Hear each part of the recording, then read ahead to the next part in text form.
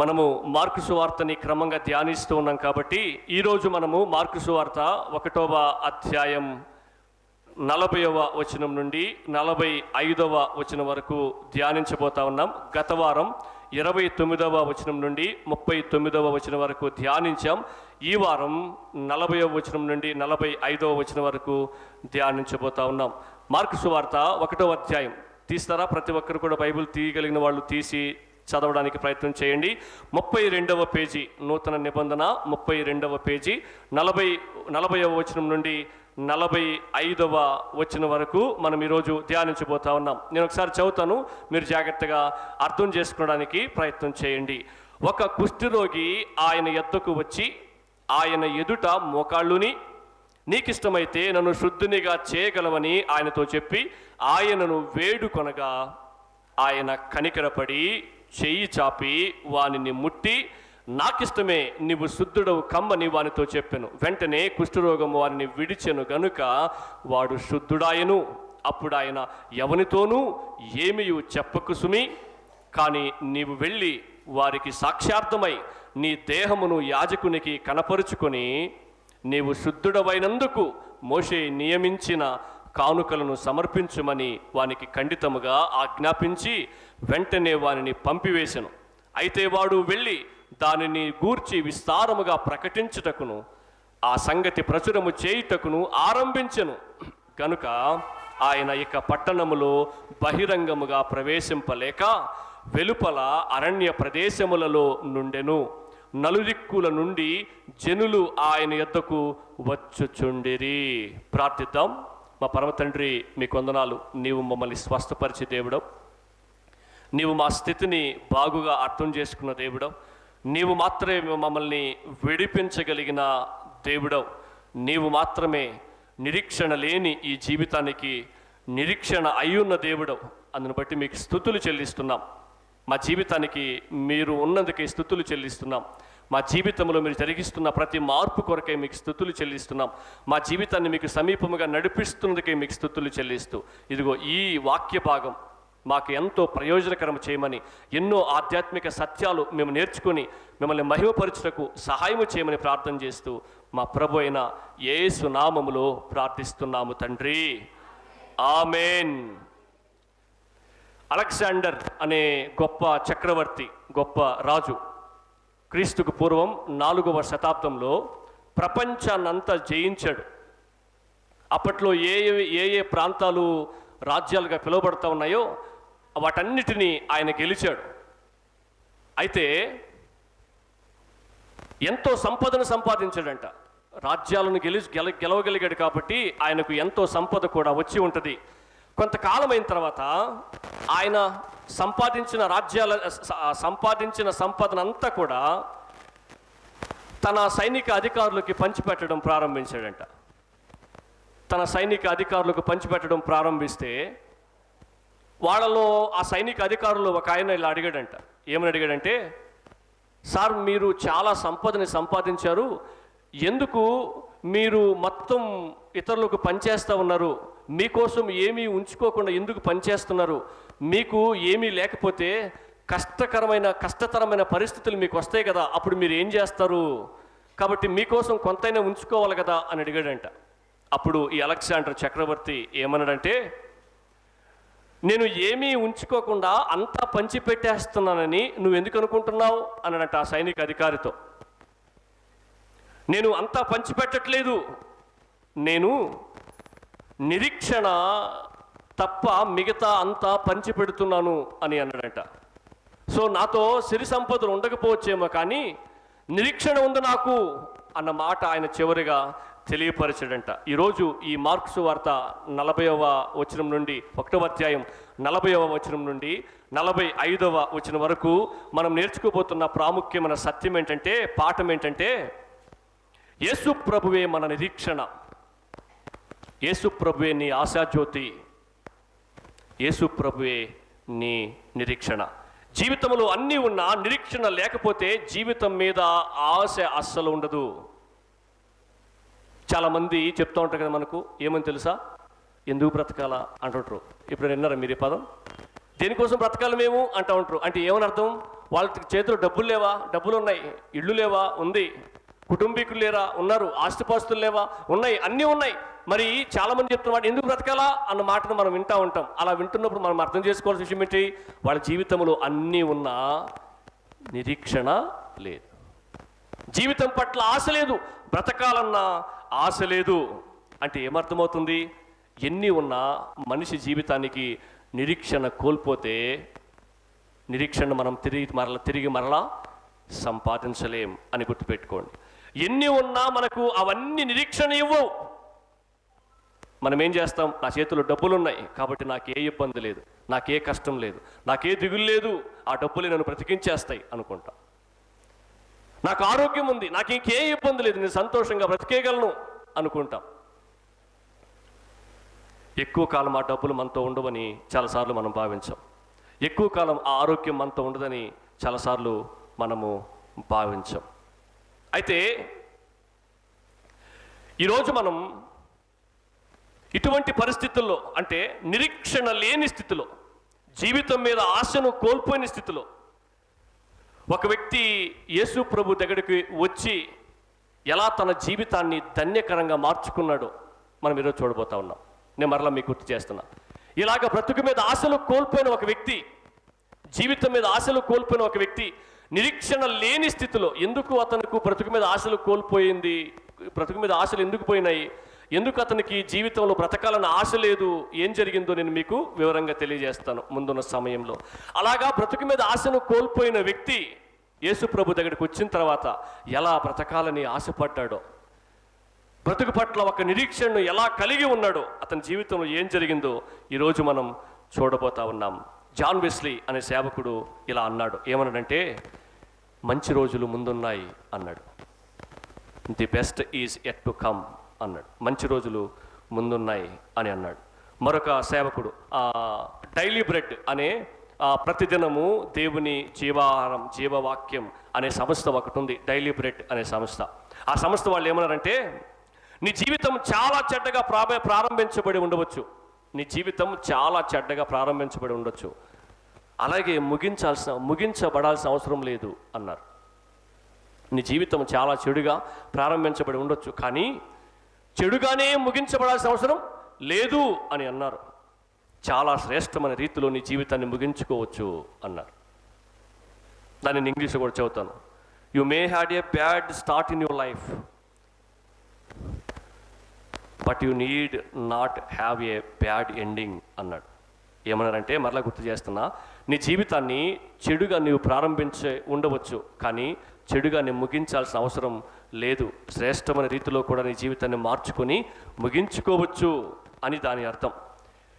ఎలా నా జీవితం నిరీక్షణ లేని స్థితిలో నుంచి నిరీక్షణ కలిగిన స్థితిలోకి మార్చబడుతుంది అనేది మనం ఈరోజు ఈ వ్యక్తిని ఉద్దేశించి, ఈ వ్యక్తి జీవితంలో జరిగిన కార్యాల నుంచి మనం కొన్ని పాఠాలు నేర్చుకొని, ఒకవేళ మన జీవితంలో కూడా ఎప్పుడు చూసిన అనారోగ్యకరమైన పరిస్థితులే, ఎప్పుడు చూసిన కుటుంబ సమస్యలే, ఎప్పుడు చూసిన ఆర్థిక ఇబ్బందులే, ఎప్పుడు చూసినా ఏదో ఒక సమస్య, ఏదో ఒక ఇబ్బంది, ఎప్పుడు చూసినా ఏదో ఒక కుదువ నా జీవితాన్ని వెంటాడుతూనే ఉంది. ఈ సమస్యను పరిష్కరించుకునే లోపల ఇంకొక సమస్య వచ్చేస్తూ ఉంది. ఈ కుదువను పూడ్చే లోపల, ఈ అవసరాన్ని తీర్చే లోపల ఇంకొక అవసరం వచ్చేస్తూ ఉంది. ఈ జీవితం ఏమాత్రం సంతోషంగా, సాఫీగా, సమాధానంగా ముందుకు సాగట్లేదు అని భావిస్తూ ఉంటే, ఈ వ్యక్తి జీవితంలో జరిగిన కార్యాన్ని, ఈ వ్యక్తి చేసిన పనిని నువ్వు గనక చేయగలిగినట్లయితే నీవు కూడా నిరీక్షణ లేని స్థితిలో నీ జీవితం కొనసాగుతూ ఉంటే నిరీక్షణ కలిగిన స్థితిలోనికి నీ జీవితం మార్చబడుతుంది. అయితే ఇక్కడ ఏం జరిగింది, ఈ వ్యక్తి ఏం చేశాడు అనేది మనం చూడడానికి ప్రయత్నం చేద్దాం. 40వ వచనం నుంచి 45వ వచనం వరకు మనం ధ్యానించడానికి ధ్యాన భాగంగా ఏర్పాటు చేసుకున్నాం కదా. ఈ ధ్యాన భాగాన్ని మనం 3 భాగాలుగా విభజించి నేర్చుకుంటాం. 40వ వచనం మొదటి భాగం. 40వ వచనం మొదటి భాగం, కుష్ఠరోగి యొక్క కష్టం. ఆ వ్యక్తికి ఏముందట?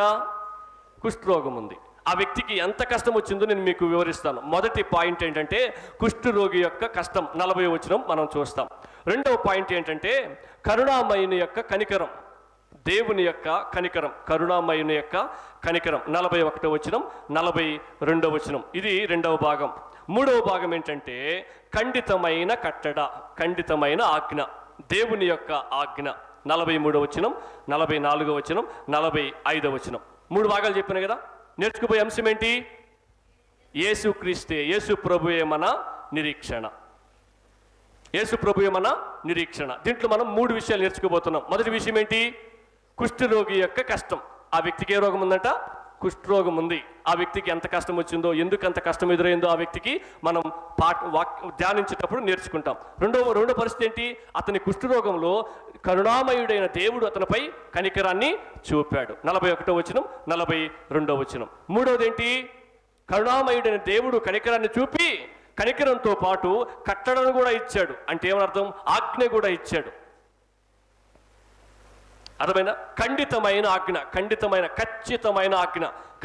ఆజ్ఞ ఏంటి? పాటించాల్సిందే, పాటించకపోతే ప్రమాదం అని అర్థం. ఓకేనా? రైట్. మొదటి విషయాన్ని మీకు జ్ఞాపకం చేస్తా ఉన్నా. మొదటి విషయం ఏంటి?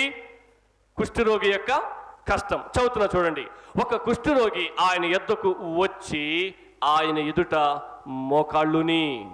మొట్టమొదటిగా ఆ వ్యక్తికి ఏముందంట? కుష్ఠరోగం ఉంది. అతను ఏం చేశాడో పక్కన పెడితే అతని పరిస్థితి ఒకసారి మనం ఆలోచన చేద్దాం. అతని పరిస్థితి ఏంటంటే అతనికి కుష్ఠ వ్యాధి సోకింది. అతను 2025 సంవత్సరంలో ఉన్న వ్యక్తి కాదు. క్రీస్తు శకం మొదటి శతాబ్దంలో ఉన్న వ్యక్తి. ఇప్పుడు ఉన్న వ్యక్తి అయితే కాదు. ఎందుకు మీకు ఈ మాట చెప్పానంటే ఇప్పుడు కుష్ఠ వ్యాధికి మందు ఉంది, వైద్య చికిత్స ఉంది. కానీ మొదటి శతాబ్దంలో కుష్ఠ వ్యాధికి వైద్య చికిత్స లేదు. అప్పుడు అతని పరిస్థితి ఎలా ఉందో ఒకసారి మనం చూద్దాం. ఈ కుష్ఠ వ్యాధిని మనం ఇంగ్లీష్లో ఏమంటాం? లెప్రసీ అంటాం. అవునా?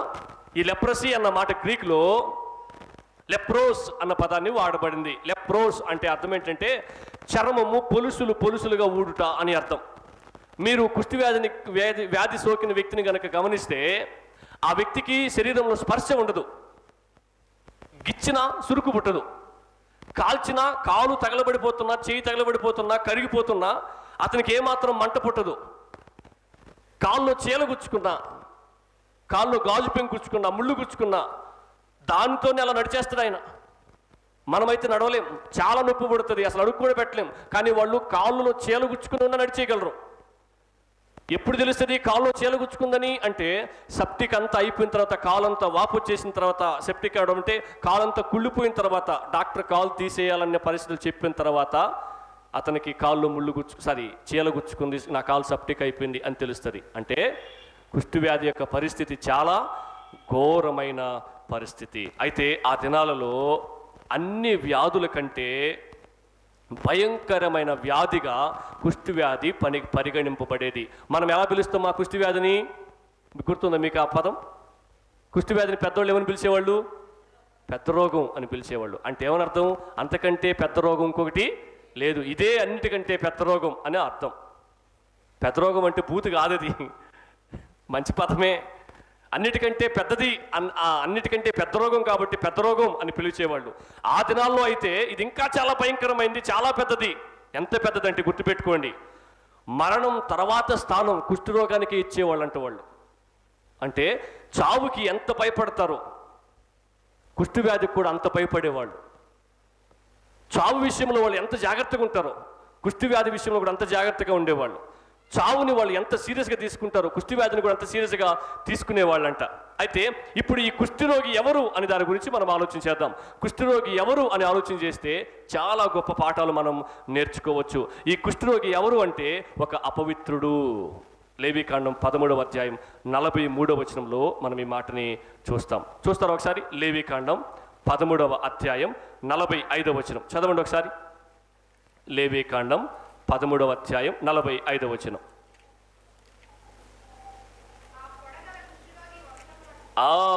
ఏముందంట? పొడ ఉందంట ఆయనకి. ఆ పొడగలిగిన కుష్ఠరోగి వస్త్రములను చింపివేయవలను. గుర్తుపెట్టుకోండి, కుష్ఠరోగం సోకితే బట్టలు చించాల్సిన అవసరం ఏముంది? వాడు తల విరయబోసి కొనవలెను. అంటే అర్థమేంటి? దూకోకూడదు, బట్టలు సరిగా ఉండకూడదు, చించేసుకోవాలా. బట్టలు బాగున్నా కానీ చించేసుకోవాల్సిందే. తల దూకోకూడదు, తల విరయబోసుకోవాలా. వాడు తన పై పెదవిని కప్పుకొని నేను అపవిత్రుడను అని బిగ్గరగా పలుకవలెను. అంటే అర్థమేంటి? నా దగ్గరికి రావద్దు, నన్ను ముట్టుకోవద్దు, నేను అపవిత్రుడను. ఎందుకంటే కుష్ఠవ్యాధి నాకు సోకింది అని అతను చెప్పాలంట. అంటే అర్థం ఏంటంటే నేను వివరిస్తూ వస్తాను.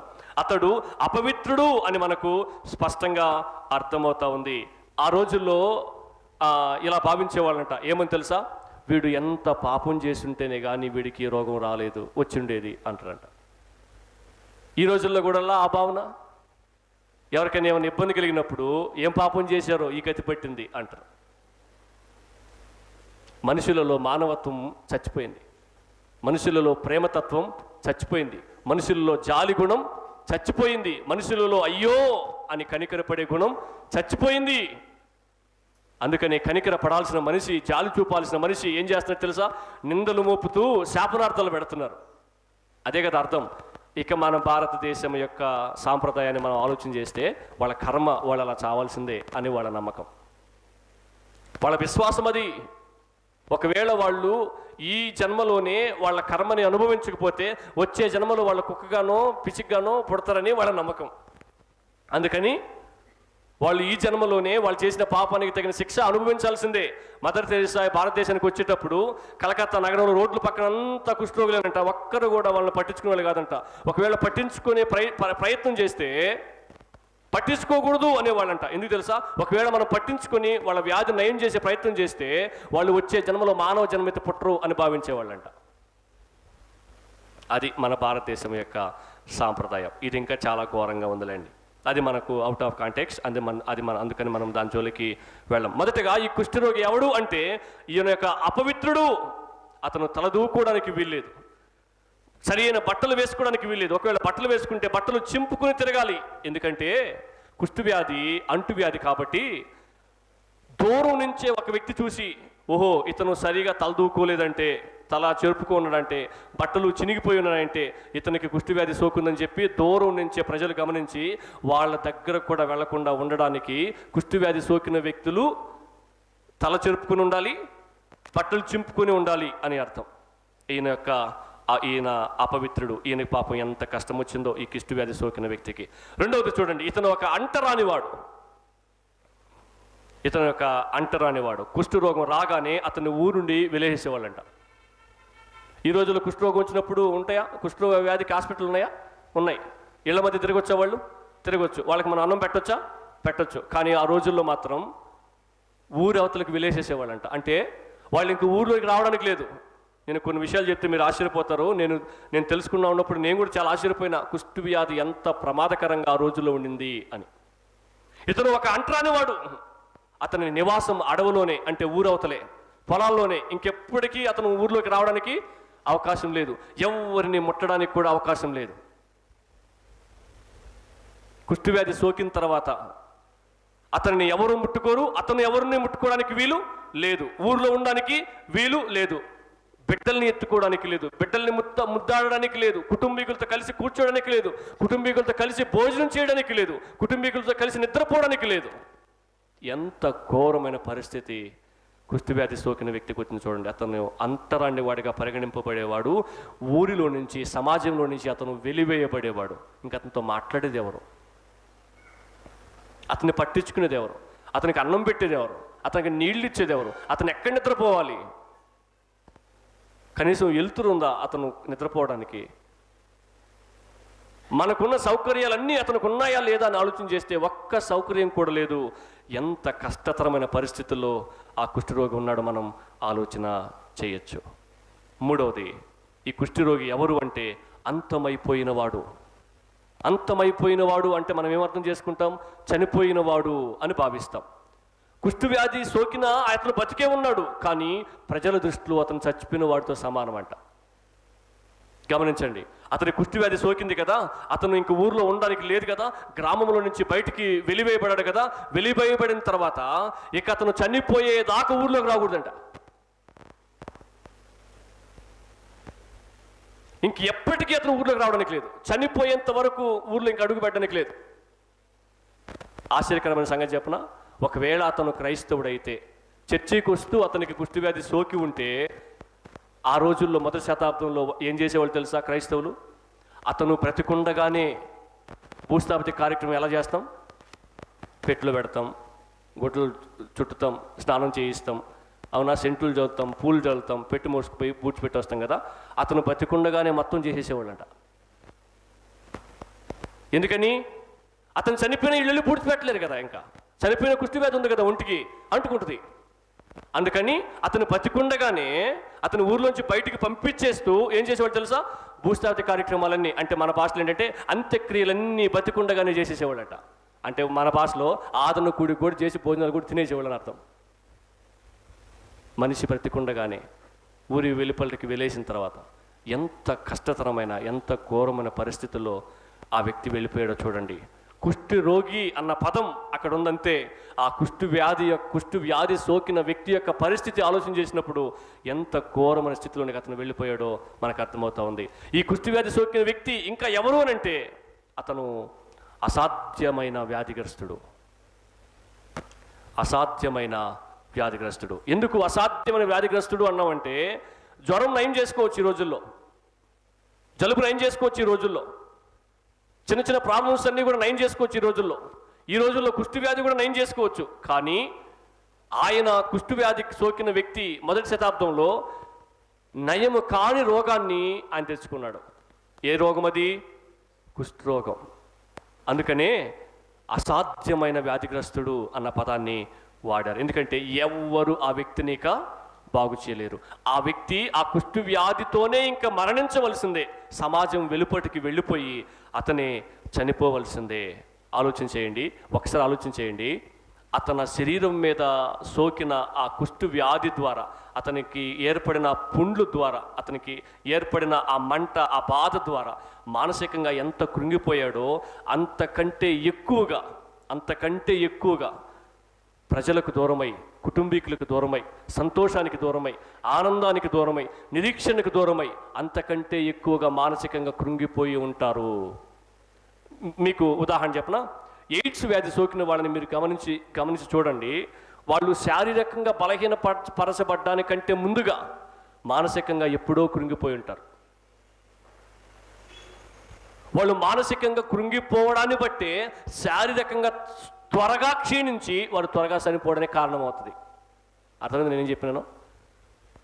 ఇక నేను ఖచ్చితంగా చచ్చిపోతాను అని అతనికి అర్థమైపోయింది కాబట్టి, నా కుటుంబీకులందరూ నేను త్వరగా దూరం చేసేసుకుంటాను అని అర్థమైపోయింది కాబట్టి, శరీరం క్షీణించిపోవడానికంటే ముందుగా మనసులో ఉన్న మనోవేదన, మనసులో ఉన్న బాధ శరీరాన్ని ఇంకా త్వరగా క్షీణించిపోయేటట్లు చేస్తుంది.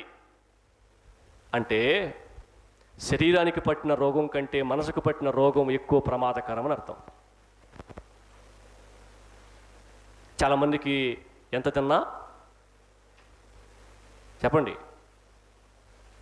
వంట పట్టదు. ఎందుకు? లోపల ఏదో ఉంది, ఏదో దాన్ని పట్టుకుని ఎప్పుడు ఏడుస్తూ ఉంటారు, ఎప్పుడు బాధపడుతూ ఉంటారు, ఎప్పుడు కృంగిపోతూ ఉంటారు. ఎంతున్నా, చేతుల మీద లక్షలు మారుతూ ఉన్నా, మనసులో ఉన్న బాధ ఆ వ్యక్తికి ఏమాత్రం సంతోషాన్ని ఇవ్వదు. అందుకని మన పెద్దలు ఒక సామెత చెప్పారు, అన్నీ ఉన్నా అల్లుడి నోట్లో శని ఉందని అర్థం. తినడానికి తిండున్నా మనసులో ఉన్న బాధ ఆ తిండిని వంట పట్టనివ్వదు. కుటుంబ పరిస్థితులు మనిషిని అంత కృంగదీస్తాయి. ఈయన పరిస్థితి కూడా అలాగే ఉంది. అతని శరీరానికి వచ్చిన ఆ కుష్టి వ్యాధి కంటే అందరికీ దూరం అయిపోయానే, త్వరగా చనిపోబోతున్నానే, నా జీవితంలో ఏమాత్రం సంతోషం లేదే, నాకు ఇక భవిష్యత్తు లేదే అన్న ఆందోళన అతన్ని ఇంకా మానసికంగా కృంగదీసి ఉంటుంది. సో ఇప్పుడు మీకు అర్థమైంది కుష్టు వ్యాధి ఎంతో భయంకరంగా ఉందని ఆ రోజుల్లో, కుష్టు వ్యాధి ఎంతో ప్రమాదకరంగా ఉందని ఆ రోజుల్లో, కుష్టు వ్యాధి సోకిన వ్యక్తి యొక్క పరిస్థితి ఎంతో ఘోరాతి ఘోరంగా ఉందని అర్థమైంది. అయితే బైబిల్లో కుష్టు వ్యాధి సోకిన వ్యక్తి, కుష్టు వ్యాధి పాపంతో పోల్చబడింది. యెషయా గ్రంథంలో మనం చూస్తే కుష్టు వ్యాధి ఎంతో పోల్చబడింది? పాపంతో పోల్చబడింది. కుష్ఠరోగికి ఎలా భవిష్యత్తు లేదో, యేసునందు విశ్వాసము ఉంచని వ్యక్తికి కూడా అలా భవిష్యత్తు లేదు. అర్థమైంది మీకు ఈ మాట? కుష్ఠవ్యాధి ఎంత భయంకరమైందో ఒక వ్యక్తి జీవితంలో, పాపం కూడా ఒక వ్యక్తి జీవితంలో అంత భయంకరమైంది అని అర్థం. కుష్ఠవ్యాధి సోకినప్పుడు ఎంత మనోవేదనకైతే ఒక వ్యక్తి గురయ్యాడో, ఒక వ్యక్తి జీవితంలో ఉన్న పాపం అతనిని ఏమాత్రం సంతోషంగా ఉండనివ్వదు అని అర్థం. ఆ వ్యక్తికి ఇంకేమాత్రం భవిష్యత్తు లేదు అని మనం చూసాం. పాపములో ఉన్న వ్యక్తికి కూడా ఏమాత్రం భవిష్యత్తు లేదు అని మనం అర్థం చేసుకోవాలి. అయితే ఇప్పుడు పాపముల గురించి కొన్ని నిమిషాలు మనం ఆలోచన చేద్దాం. తర్వాత మనం కుష్ఠవ్యాధి సోకిన వ్యక్తి దగ్గరికి వెళ్దాం. పాపము అంటే ఏంటో మనం బైబిల్లో నుంచి కొన్ని మాటలను చూడడానికి ప్రయత్నం చేద్దాం. మీరు చదవద్దు, మీరు గుర్తు చేసుకోండి. దేవుని మహాకృపను బట్టి మనం రికార్డు కూడా చేస్తున్నాం. మరలా మీరు విని మరలా రాసుకోవచ్చు. ఒకవేళ నేను స్పీడ్గా చెప్తే మీరు అర్థం చేసుకోలేకపోతే. ఆజ్ఞను అతిక్రమించడమే పాపం. యోహాను రాసిన మొదటి పత్రిక 3వ అధ్యాయం 4వ వచనం చెప్తున్న మాట. ఆజ్ఞను అతిక్రమించడమే పాపం. దేవుని మాటను ధిక్కరించడమే దేవుని దృష్టిలో పాపం. రెండవది సకల దుర్నీతి పాపం. 1 యోహాను 5:17. మూడోది విశ్వాసము కానిది పాపం. రోమపత్రిక 14:23. ఉదాహరణ మీరు గమనించండి. కయ్యూను కూడా దేవుని దగ్గరికి అర్పణ తెచ్చినాడు, కానీ దేవుడు కయ్యూని అర్పణను అంగీకరించలేదు. ఎందుకని? అర్పణ తెచ్చినాడు కదా హేబెల్ లాగానే. ఎందుకు అంగీకరించలేదు? ఆయన విశ్వాసంతో దేవునికి అర్పణను అర్పించలేదు అని మనం ఆలోచన చేద్దాం. నాలుగవది మూర్ఖుని యొక్క తలంపు పాపం. సామెత గ్రంథం 24వ అధ్యాయం 9వ వచనం. మూర్ఖుని యొక్క తలంపులన్నీ కూడా పాపంతో సమానం అని తెలియజేశాడు. ఐదో విషయం ఏంటంటే, పాపము అంటే ఏంటో మనం చూస్తున్నాం. అహంకార దృష్టి, గర్వ హృదయము, భక్తిహీనుల క్షేమం పాపం. సామెత గ్రంథం 21వ అధ్యాయం 4వ వచనం. అహంకార దృష్టి, గర్వ హృదయం, భక్తిహీనుల యొక్క క్షేమం. ఎవరికైతే గర్వం ఉందో వాళ్ళలో ఏముందని అర్థం? పాపం ఉంది అని అర్థం. ఎవరైతే అహంకారంతో మాట్లాడతారో వాళ్ళు ఏముందని అర్థం? పాపం ఉంది అని అర్థం. ఆరోది మేలైనది చేయనిరిగియు చేయకుంటే పాపం. యాకోబు పత్రిక 4వ అధ్యాయం 17వ వచనమును బట్టి మేలైనది చేయనిరిగియు అంటే అర్థం ఏంటి? మంచి చేయడానికి అవకాశం ఉంది, మంచి చేసే స్తోమత ఉంది, మంచి చేసే అవకాశం ఉంది, మంచి చేస్తే మంచిది అని కూడా తెలుసు, కానీ చేయరు. ఏం చెప్పాను?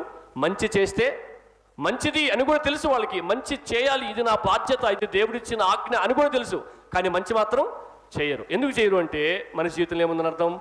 పాపం ఉంది అని అర్థం. ఏడవది పాపము అంటే అవిశ్వాసం పాపానికి మూలం. యోహాను సువార్త 3వ అధ్యాయం 18వ వచనం. ఎవరైతే దేవుణ్ణి సరిగా నమ్మరో వారి జీవితంలో ఏముందని అర్థం? పాపం ఉంది అని అర్థం. ఇప్పుడు ఈ పాపము ఎవరి జీవితంలో ఉంటుందో ఆ వ్యక్తిని బైబిల్ ఎలా పోల్చిందో మనం చూస్తాం. పాపులను ఎలా పోల్చారు, పాపం అంటే ఏంటో మనం చూసాం. పాపులను బైబిల్లో ఎలా పోల్చారో మనము చూస్తాం. సామెత గ్రంథం 26వ అధ్యాయం 11వ వచనంను బట్టి కక్కిన దానికి తిరిగి కుక్కతో సమానం అని చెప్పాడు. కుక్క ఏం చేస్తుంది? కక్కుతుంది, మళ్ళీ ఏం చేస్తుంది? కక్కిన దాన్ని మళ్ళీ తిరిగి తింటుంది. ఎవరి జీవితంలో అయితే పాపం ఉంటుందో వారు కక్కిన దానిని తినే కుక్కతో సమానం అని అర్థం. యోబు గ్రంథం 11వ అధ్యాయం 12వ వచనాన్ని బట్టి అడవి గాడిద యొక్క మూర్ఖత్వంతో పోల్చారు. ఏంటి? అడవి గాడిద యొక్క మూర్ఖత్వం. గాడిద ఎప్పుడైనా చూసారు మీరు? టంటు చూడండి మీరు కావాల్సి ఉంటే. అది మా ఇళ్ళ మధ్య ఉండే గాడిద. అడవి గాడిద ఇంకా తిరుక్కుంటుంది, ఇంకా మొండిది అని అర్థం. ఎవరి జీవితంలో అయితే పాపం ఉంటుందో వారు మూర్ఖంగా ప్రవర్తిస్తారు అని అర్థం. అడవి గాడిద యొక్క మూర్ఖత్వంతో పాపులను పోల్చాడు. మూడోది కపటము కలిగిన పాము అని అర్థం. కన్నంగి అంటాం మనం. కపటము కలిగిన పాముతో పాపులను పోల్చాడు. మత్తయి సువార్త 23వ అధ్యాయం 33వ వచనాన్ని బట్టి కపటము కలిగిన పాముతో సమానం. నాలుగవది యోహాను సువార్త 10వ అధ్యాయం 12వ వచనాన్ని బట్టి భక్షించే తోడేలు అని అర్థం. తోడేలు ఏం చేస్తుంది? తినేస్తుంది, చీల్చుకు తినేస్తుంది. ఎవరి జీవితంలో అయితే పాపం ఉంటుందో వాళ్ళు భక్షించే తోడేలుతో సమానం అని అర్థం. ఐదవది అడవి పందితో పోల్చారు. కీర్తన గ్రంథం 80వ అధ్యాయం 13వ వచనం మనం చూస్తే అడవి పందితో సమానం. ఎవరు? పాపములో ఉన్న వ్యక్తి. ఆరవది బురదలో దొరిలే పందితో సమానం. ఎవరు? పాపములో ఉన్న వ్యక్తి. పేతురు రాసిన 2వ పత్రిక 2వ అధ్యాయం 22వ వచనం. పేతురు రాసిన 2వ పత్రిక 2వ అధ్యాయం 22వ వచనం. బురదలో దొరిలే పందితో సమానం. అర్థమవుతుందా? 7వ విషయం గర్జించుతూ తిరిగే ఎలుగుబంటితో సమానం. ఎలుగుబంటి బిడ్డ చనిపోయినప్పుడు మీరు చూడండి, మనిషిని సైతం సింపుల్గా చంపేస్తుంది ఎలుగుబంటి. తన బిడ్డ చనిపోయినప్పుడు అంత కోపంగా ఉంటుంది ఎలుగుబంటి. అంత కోపంతో ఉండే ఎలుగుబంటితో సమానం. ఎవరు? పాపములో ఉన్న వ్యక్తి. సామెతల గ్రంథం 28వ అధ్యాయం 15వ వచనం బట్టి, లూకాసు వార్త 13వ అధ్యాయం 32వ వచనం బట్టి నక్కతో పోల్చారు. దేంతో? నక్కతో పోల్చారు. ఎవరిని? పాపములో ఉన్న వ్యక్తిని. ఎందుకని? జిత్తులు బాగా వేస్తారు, ఎత్తుకి పై ఎత్తులు బాగా వేస్తారు. అర్థమవుతుందా? ప్లాన్లు బాగా చేస్తారు అని అర్థం. నక్క వేషాలు ఉన్నోళ్ళే ఇట్లా చేస్తారు. పాపములో ఉన్న వ్యక్తిని నక్కతో పోల్చారు.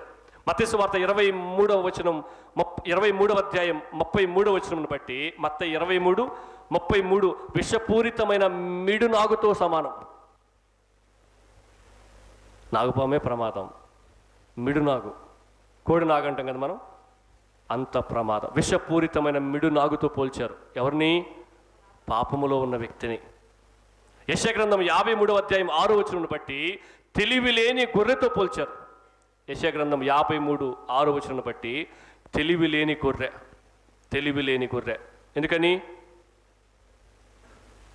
అవతల గొర్రె నిప్పులు దూకేస్తుంటే, అవతల గొర్రె కాలం దాటిందో లేదో కూడా చూడదు, అది దాటేసింది, ఇది కూడా దాటేస్తుంది, నిలవం దాటేస్తుంటే. ఏం లేదు?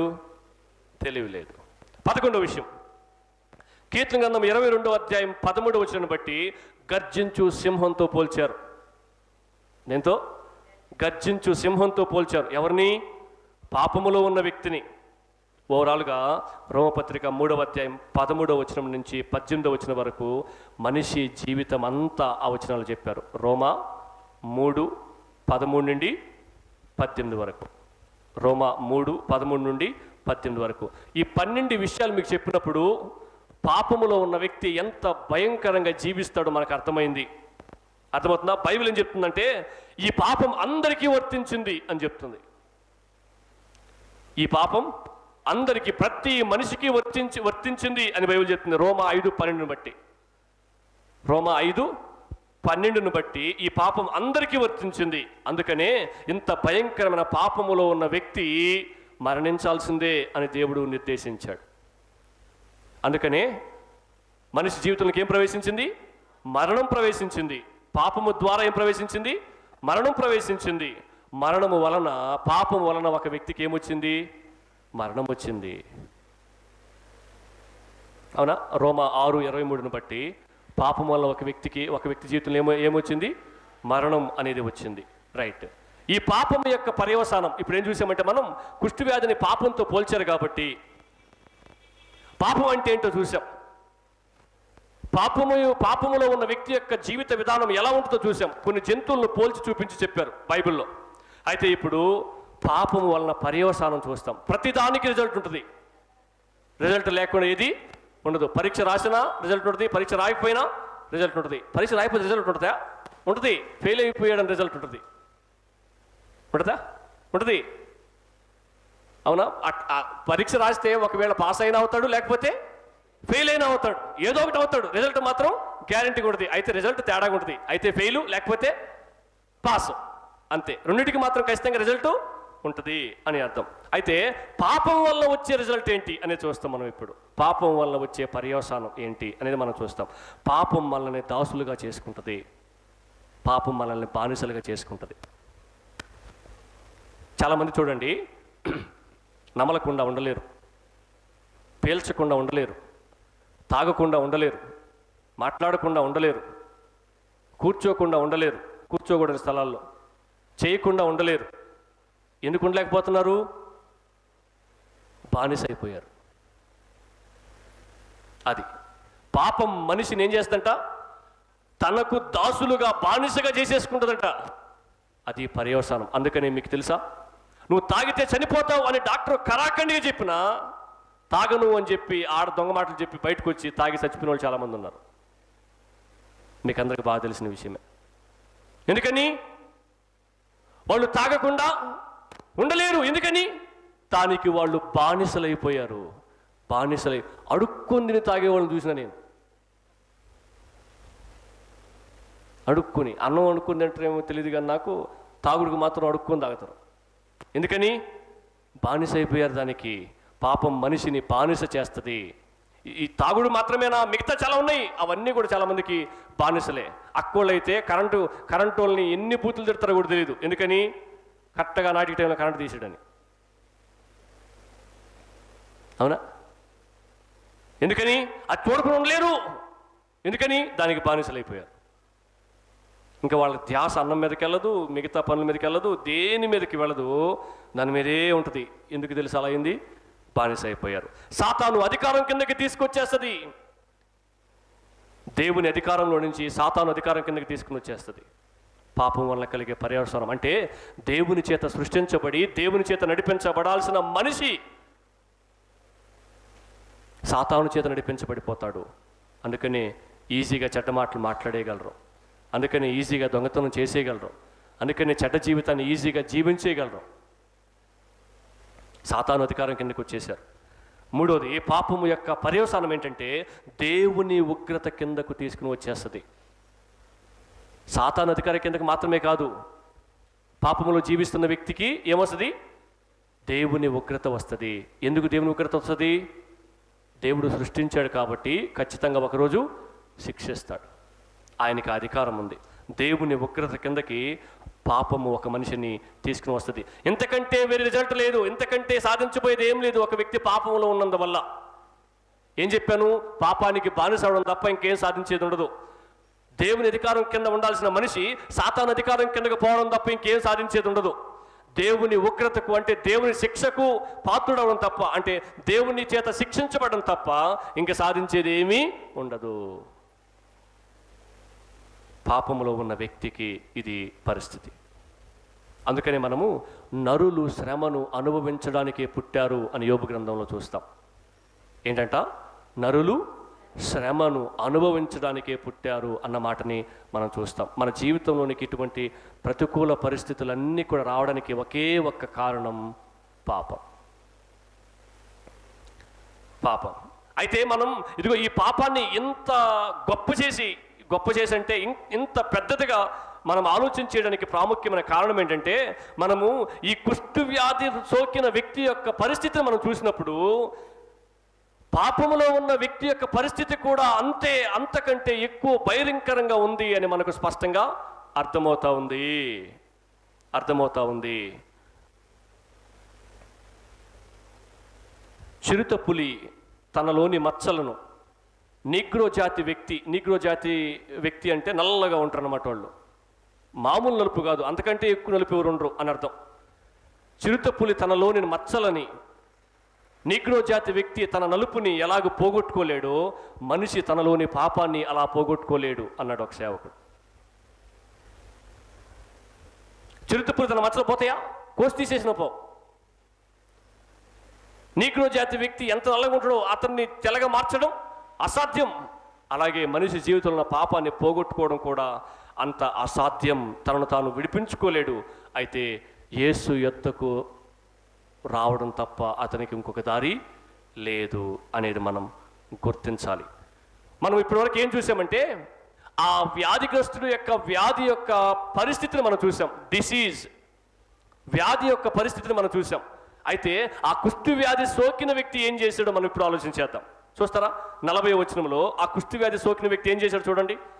ఒక కుష్టి వ్యాధి సోకిన వ్యక్తి ఆయన యొద్దకు వచ్చాడు. ఎక్కడికి వచ్చాడు? ఆయన యొద్దకు వచ్చాడు. ఆయన యొద్దకు వచ్చి ఆయన ఏం చేస్తున్నాడో చూడండి. ఆయన ఎదుట మోకాళ్ళుని, నీకిష్టమైతే నన్ను శుద్ధునిగా చేయగలవని ఆయనతో చెప్పి ఆయనను వేడుకొన్నాడు. మొదటి విషయం ఏంటి? కుష్టు వ్యాధి యొక్క కష్టం. ఆ కష్టతరమైన కుష్టు వ్యాధిలో అతనికి ఎంత బాధ ఉందో, ఎంత ఇబ్బంది పడుతున్నాడో, ఎన్ని తిప్పలు పడుతున్నాడో, వాటన్నిటిలో నుంచి నన్ను విడిపించేది ఆ దేవుడే అని చెప్పి ఆ దేవుని యొద్దకు వచ్చి తన పరిస్థితిని దేవునికి అప్పగిస్తా ఉన్నాడు. హల్లెలూయా! అతను విడిపించబడ్డానికి ఇది ప్రాముఖ్యమైన కారణం. అతను తప్పించబడ్డానికి ఇది ప్రాముఖ్యమైన కారణం. తన కష్టంలో నుంచి బయటపడడానికి ఇది ప్రాముఖ్యమైన కారణం. మరి ఆయన ఏం చేశాడో నేను త్వరగా మీకు తెలియజేస్తా వస్తా. కుష్టు వ్యాధి సోకిన వ్యక్తి దేవునికి ప్రార్థిస్తున్నాడు, వేడుకుంటా ఉన్నాడు, హృదయపూర్వకంగా వేడుకున్నాడు. ఎలా వేడుకున్నాడు? హృదయపూర్వకంగా వేడుకున్నాడు. నా కోసం మీరు ప్రార్థన చేయండి అనలా. నువ్వు చాలామందిని స్వస్థపరిచావు, నాకు తెలుసు, నన్ను కూడా స్వస్థపరచు అనలా. హృదయపూర్వకంగా ఆయన వేడుకున్నట్లుగా మనం చూస్తాం. అలాగే చాలా భక్తిభావంతో వేడుకున్నట్లుగా కూడా మనం చూస్తాం. ఎలా? దేవుని ఎదుటికి రాగానే ఏం చేశాడు? మోకరించాడు. ఎవరు? కుష్ఠవ్యాధి సోకిన వ్యక్తి. నీకు మోకాళ్ళు బాగానే ఉంటాయి, నువ్వు మోకరించావు. నేను అక్క వైపు చూసాను, నేను అక్కడ అనుకున్నాను అంటున్నారా? ఆ మాట చెప్తూ నేను అక్క వైపు చూశాను కాబట్టే ఆ మాట వచ్చింది బయటికి. నేను అక్కకి చెప్పానని కాదు అర్థం. చాలామందికి మోకాళ్ళు బాగున్నాయి, కానీ దేవుని ఎదుట మోకరించరు. ఆలోచించేయండి, మీకు దేవుడు అంటే భక్తి ఉందా లేదా అని. ఆయనకి కుష్ఠవ్యాధి సోకుంది శరీరం అంతా కూడా, కానీ ఆయన ఏం చేస్తున్నాడు? దేవుని ఎదుట మోకరించాడు. మీరు ఆలోచించేయండి, ఆ మోకాళ్ళకున్న పుండ్లు మనిషిని మోకరించేటట్లు చేస్తాయా? అసలు కీళ్ళు వంగతాయా?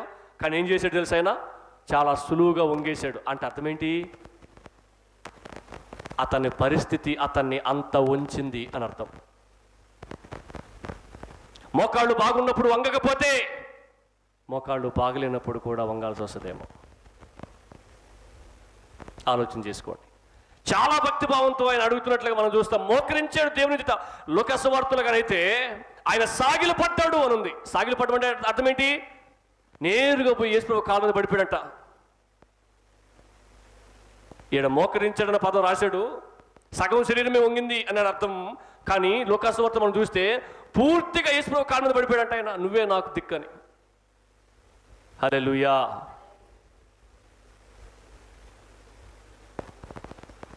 ఒకరోజు ఆ పరిస్థితి వస్తుంది బ్రదర్, జాగ్రత్త.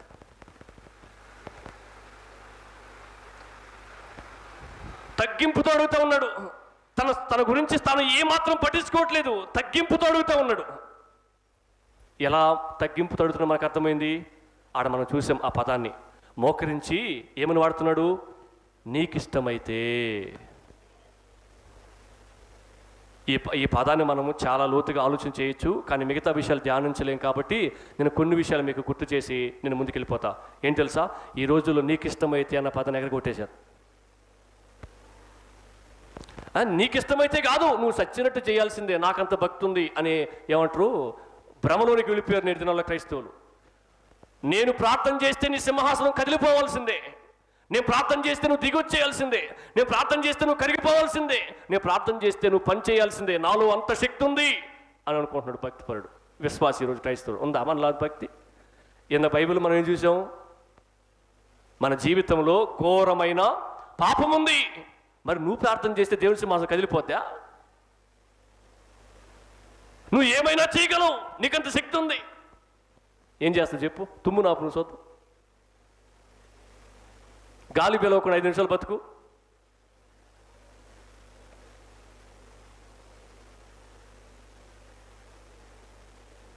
నీకిష్టమైతే అన్న పదం ఈ రోజుల్లో క్రైస్తవుల్లో కనుమరుగైపోతా ఉందండి. యేసుక్రీస్తు ప్రభు కూడా మనకు ఉదాహరణ ఏమన్నట్టు తెలుసా? తండ్రి, నీ చిత్తమైతే గిన్నె నా ఎత్తు నుంచి తొలగించు, అయినను నా ఇష్టం కాదు నీ ఇష్టాన్ని జరిగించు అన్నాడు. ఈ రోజుల్లో నీ ఇష్టంలే, నా ఇష్టమే, నేను ఏం చెప్తే చేయాల్సిందే నువ్వు అనే స్థితిలో గెలిపారు జనాలు. ఆ కుష్ఠవ్యాధి సోకిన వ్యక్తి ఏమన్నాడు తెలుసా? ఎంతో తగ్గించుకొని, అయ్యా నీకిష్టమైతే నన్ను శుద్ధినిగా చేయి అన్నాడు. అది నీకు ఇష్టమైతే, నన్ను బాగు చేయడం నీకు ఇష్టమైతే నన్ను శుద్ధినిగా చేయి అన్నాడు. ఈ రోజుల్లో అలా ఉందా? ప్రభువా నీ చిత్తం అయితే నా పరిస్థితిని ఒకసారి జ్ఞాపకం చేసుకో, ప్రభువా నీ చిత్తం అయితే నా సమస్యను ఒకసారి జ్ఞాపకం చేసుకో అని ప్రార్థన చేస్తున్నారా? ఏమిలే, నీ చిత్తంలే, అంతా నా చిత్తమే. నీ ఇష్టంలే, అంతా నా ఇష్టమే. ప్రభువా ఇది నీ ఇష్టమా, నీ చిత్తమా? ఇదిగో నీ ప్రణాళికలో ఉందా? ఇదిగో నీవు చేయడానికి నువ్వు ఇష్టపడ్డావా? ఇదిగో నీ ప్రణాళికలో ఉందా అని ఏమిలే, ఇదిగో నువ్వు చేయాల్సిందే, నీకు వేరే దారి లేదు అన్న టైపు క్రైస్తవులు. నేను డేట్ పెట్టుకొచ్చేసినా, నువ్వు చేయాల్సిందే ఆ రోజు పెళ్ళి, ఇంక నీకు దారి లేదు, ఇంక వేరే దారిలే నీకు, నువ్వు దీవించాల్సిందే. నేను పెట్టుకొచ్చేసిన, నేను ఎప్పుడు దీవించమంటే అప్పుడు దీవించాలా, నేను ఎప్పుడు రమ్మంటే అప్పుడు రావాలా, ఎప్పుడు పొమ్మంటే అప్పుడు పోవాలా, నేను కూర్చోమంటే కూర్చోవాలా, నిలబడుకోమంటే నిలబడుకోవాలా. క్రైస్తవులు భక్తిపరులు అలా తయారైపోయారండి. కానీ ఈ కుష్ఠవ్యాధి సోకిన వ్యక్తికి నీకిష్టమైతే అన్న పదం ఎలా వచ్చింది తెలుసా? కుష్ఠవ్యాధి సోకిన తర్వాత తన గతి, తన జీవితం తనకు నేర్పిన పాఠం. నీకిష్టమైతే అన్న పదం ఊరిని రాలా ఆయన నోట్లోంచి. నీకిష్టమైతే అన్న తర్వాత ఆయన ఏమంటాడు తెలుసా?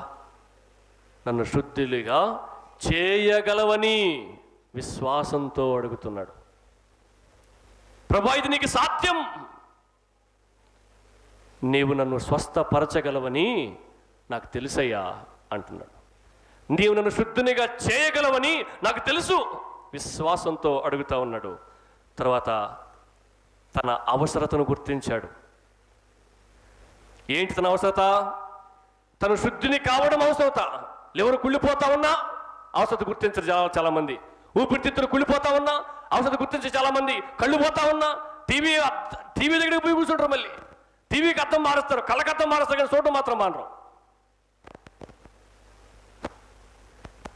తన అవసరతను గుర్తించాడు ఆయన. ఇది చాలా ప్రాముఖ్యమైన మాట అండి. ఇది చాలా ప్రాముఖ్యమైన మాట. ఎందుకు తెలుసా? ఒక వ్యక్తి దేవుని యొద్దకు సంపూర్ణంగా, సంతోషంగా, విధేయతతో, లోబడి, తగ్గింపుతో రావాలంటే తన స్థితిని గుర్తించడం ముఖ్యం. నేను శుక్రవారం ప్రసంగంలో కూడా ఈ మాటను గుర్తు చేశా. ఏం తెలుసా?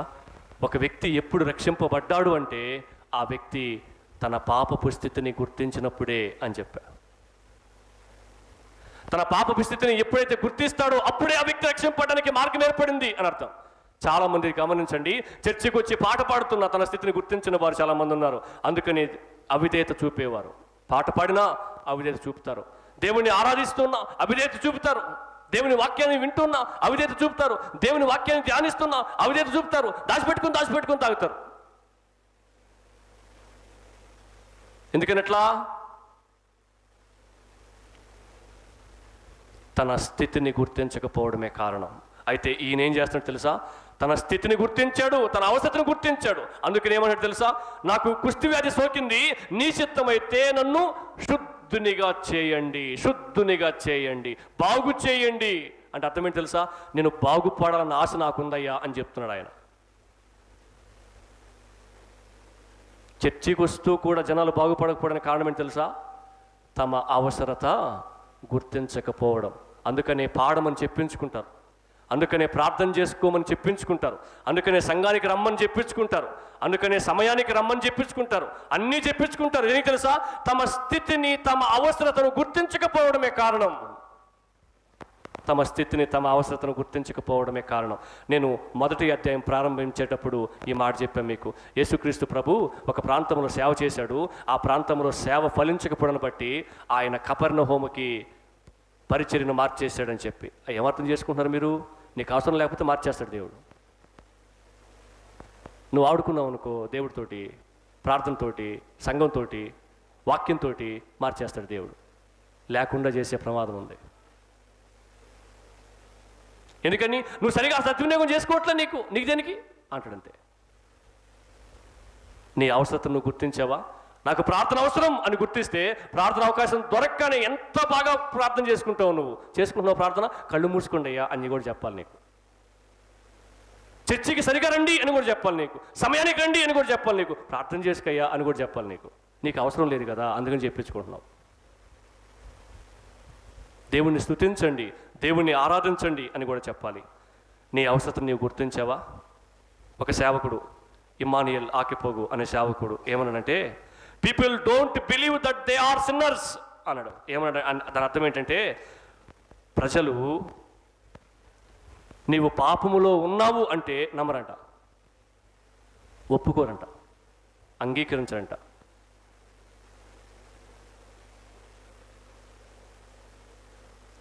నీ పాపము యొక్క స్థితిని నువ్వు గుర్తించాలి. దాని వలన వచ్చే పర్యవసానం ఎంత భయంకరమైందో నువ్వు గుర్తించాలి. నేను ఇప్పుడు చెప్పిన మీకు పాపం అంటే ఏంటి చెప్పిన, ఎవరి జీవితంలో పాపం ఉంటుందో వాళ్ళు ఎలా జీవిస్తారో చెప్పిన, ఆ పాపంలో జీవిస్తున్నప్పుడు వచ్చే పర్యవసానం ఏంటో కూడా చెప్పిన. నీ జీవితంలో పాపం ఉన్నప్పుడు దానివల్ల కలిగే పర్యవసానం ఎంత భయంకరమైందో నువ్వు గుర్తించినప్పుడు నీ స్థితి ఎంత ప్రమాదంలో ఉందో నువ్వు గుర్తిస్తావు. తర్వాత ఆయన ఇంకో కోణం మనం చూస్తాం. వ్యక్తిగతంగా అడుగుతా ఉన్నాడు. ఎలా అడుగుతున్నాడు? వ్యక్తిగతంగా అడుగుతా ఉన్నాడు. నీకిష్టమైతే నన్ను, ఉందా పదం అక్కడ? నీకిష్టమైతే నన్ను. కుష్ఠరోగ సంఘాన్ని అంతా బాగు చేయమని చెప్పలా. కుష్ఠరోగులకు సంఘం ఉంది కదా, కుష్ఠరోగుల సంఘం, అయ్యా మా కుష్ఠరోగుల సంఘంలో 100 మంది ఉన్నారయ్యా, 100 మందిని నువ్వు బాగు చేయగలిగిన దేవుడు అని నమ్ముతున్నా, అడుగుతున్నా, వేడుకుంటున్నా, వారందరితో పాటు నన్ను కూడా బాగు చేయి అని అడగల.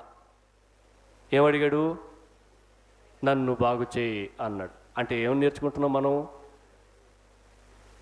ఏం నేర్చుకుంటున్నాం? చేతికి కుష్ఠవ్యాధి పెట్టుకొని బిర్యానీ వడ్డించకూడదు అంటే అర్థం ఏంటి? ముందు మన సంగతి చూడాలి, అంతేనా అర్థం? నన్ను శుద్ధుని చేయగలవని అంటే అర్థం ఏంటి?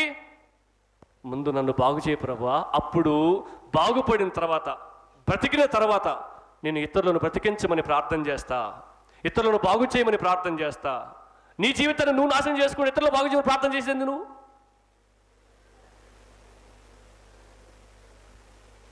నువ్వు నష్టపరుచుకుంటా ఇతరుల జీవితాన్ని బాగు చేయమని చెప్పి చేసేది నువ్వు? ఉదాహరణకి ఈ చాలా మంది రోజు నేటి దినాల్లో చాలామంది ఏం చేస్తున్నారు?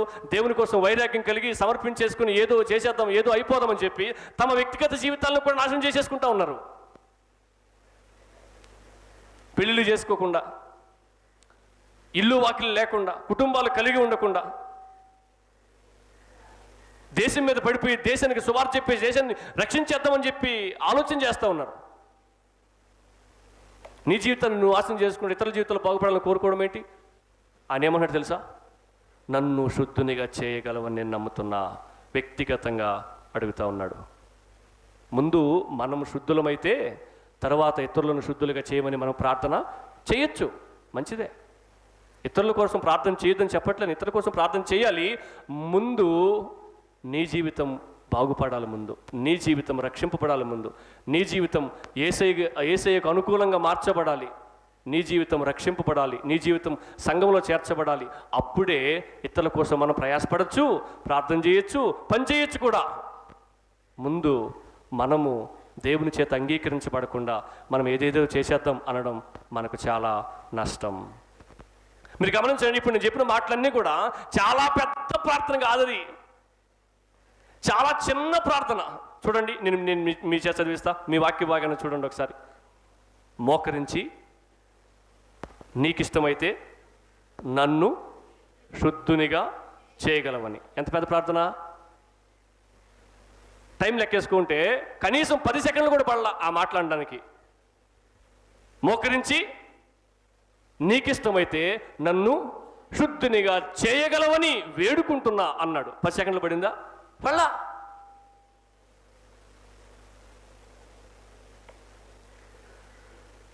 ఒక సేవకుడు ఇలా దేవునికి ప్రార్థన చేస్తున్నాడంట. లోకంలో పాపులు ఉన్నారో లేదో తెలియదు, కానీ లోకంలో ఉన్న ఒకే ఒక్క పాపిని నేనే, దేవా నన్ను కరుణించు అని ప్రార్థించాడంట. ఏమని ప్రార్థించాడు? లోకంలో పాపులు ఉన్నారో లేదో నాకు తెలియదయ్యా, లోకంలో ఉన్న ఒకే ఒక్క పాపిని నేనే, నన్ను కరుణించు అని ప్రార్థించాడంట. ఎంత గొప్ప ప్రార్థన! ఆ మాటలు నేను రాస్తూ ఉన్నప్పుడు నేను కన్నీళ్ళు పెట్టుకున్నా. ఎందుకు తెలుసా? దేవుని సేవకుడిగా వాక్యాలు చెప్తూ పాపములో ఉన్నావు, దేవుని ఉగ్రత నీ మీదకి వస్తుంది, దేవుడి చేత నీవు శిక్షించబడతావు, దేవుని క్షమాపణ కోరుకొని దేవుని బిడ్డగా అంగీకరించబడి సంఘంలో చేర్చబడు, దేవుని కనికరాన్ని పొందుకో అని ప్రసంగం చేసి నేను పాపములో ఉన్నానని కొన్ని సందర్భాల్లో గుర్తించలేకపోయానేమో అని చెప్పి బాధపడినా. చాలా సందర్భాలు మనం ఏం చేస్తాం? అందుకని చెప్తాను, నేను ఏమని చెప్తాను తెలుసా? మనకు ఇతరుల గురించి తెలిసినంతగా మన గురించి మనకు తెలియదు. ఎందుకని? మన ఇతరుల గురించి ఎక్కువ ఆలోచిస్తాం. ఎందుకని? మన కళ్ళకు మనం కనిపించము, ఎదుటోళ్ళే కనిపిస్తుంటారు మనకు. అందుకని వాళ్ళనే చూస్తుంటాం, వాళ్ళ గురించి ఆలోచిస్తుంటాం, వాళ్ళనే పట్టించుకుంటాం, వాళ్ళ గురించే మాట్లాడుకుంటూ కూర్చో ఉంటాం. మన గురించి మనం అస్సలు పట్టించుకోం. ఎందుకని? మనం మంచోళ్ళం అన్న భావన మనలో పేరుకుపోయింది, నాటుకుపోయింది. మనకంటే మంచోళ్ళు ఈ ప్రపంచంలో లేరన్న భావన మనకుంది. ఆయన ఏమన్నట్టు తెలుసా? ఈ లోకంలో పాపములో జీవిస్తున్న వారు ఉన్నారో లేదో నాకైతే తెలియదు, కానీ లోకములో ఉన్న ఒకే ఒక్క పాపిని నేనేనయ్యా, నన్ను కరుణించు అని ప్రార్థన చేస్తున్నాడంట. నువ్వు చేసినావు ఎప్పుడైనా ప్రార్థన? నీ కోసం ఎప్పుడైనా ప్రార్థన చేసుకున్నావా? మరొక సేవకుడు ఒక మాట అన్నాడు. ఏమంటే తెలుసా? నీకు మరణానికి ఒకే ఒక్క అడుగు దూరం ఉంది అన్నాడు.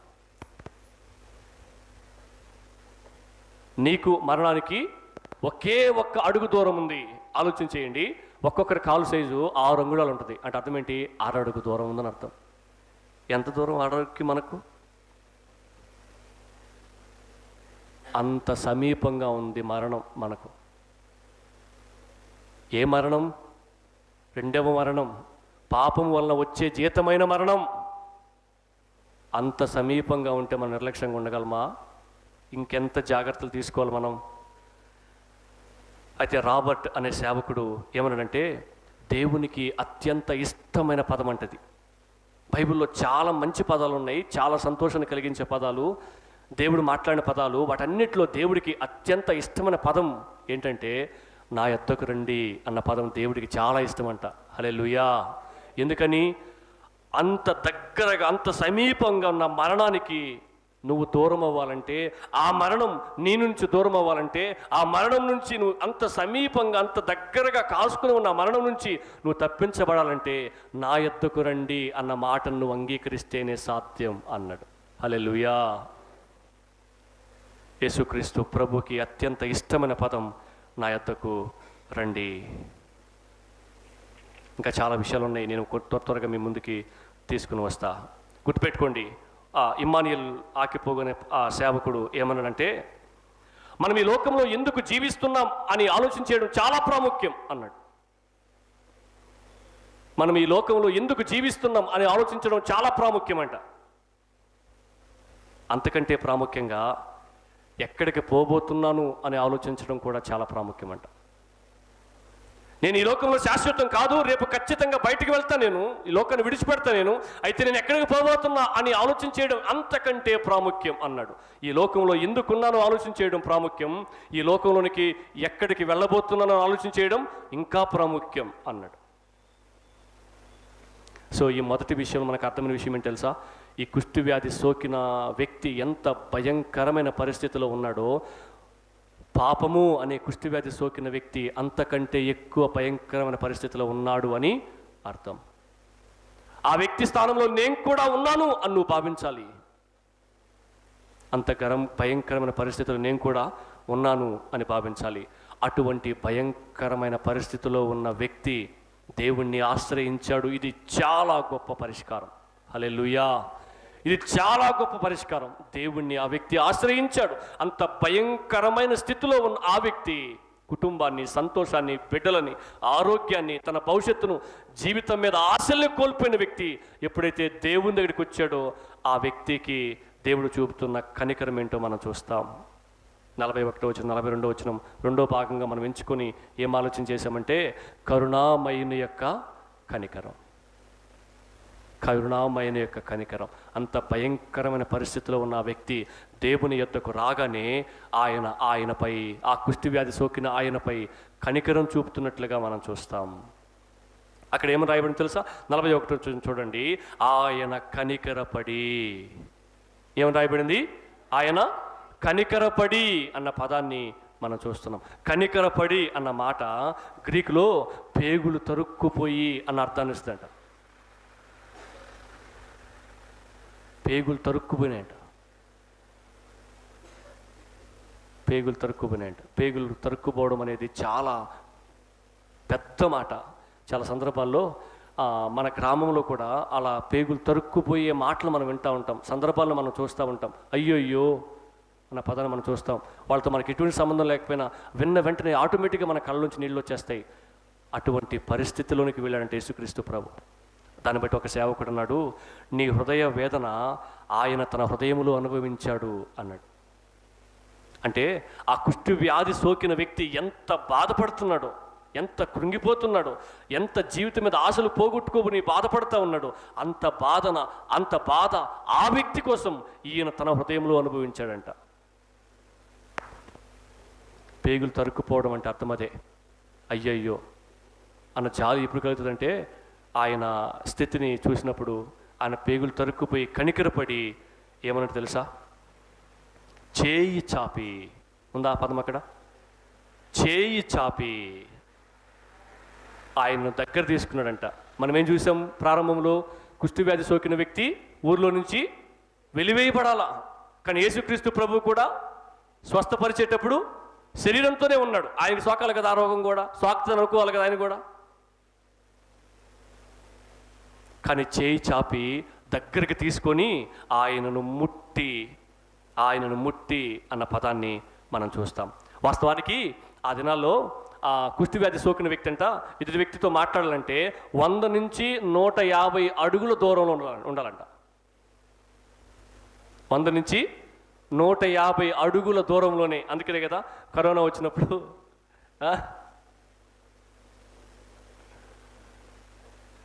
అట్లాగే పరిస్థితి ఎదురైంది దానికి. 100 నుంచి 150 అడుగుల దూరంలోనే ఆ వ్యక్తి ఉండి మాట్లాడాలంట. కానీ యేసుక్రీస్తు ప్రభు ఏం చేశాడు? ఆయన పరిస్థితిని చూసి కడుపు తరుక్కుపోయిన యేసుక్రీస్తు ప్రభు ఏం చేశాడు తెలుసా? దగ్గర తీసుకున్నాడు, చేయి చాపి అతన్ని ముట్టాడు. ఇంకో పదం ఏమంటాడు తెలుసా? చూడండి,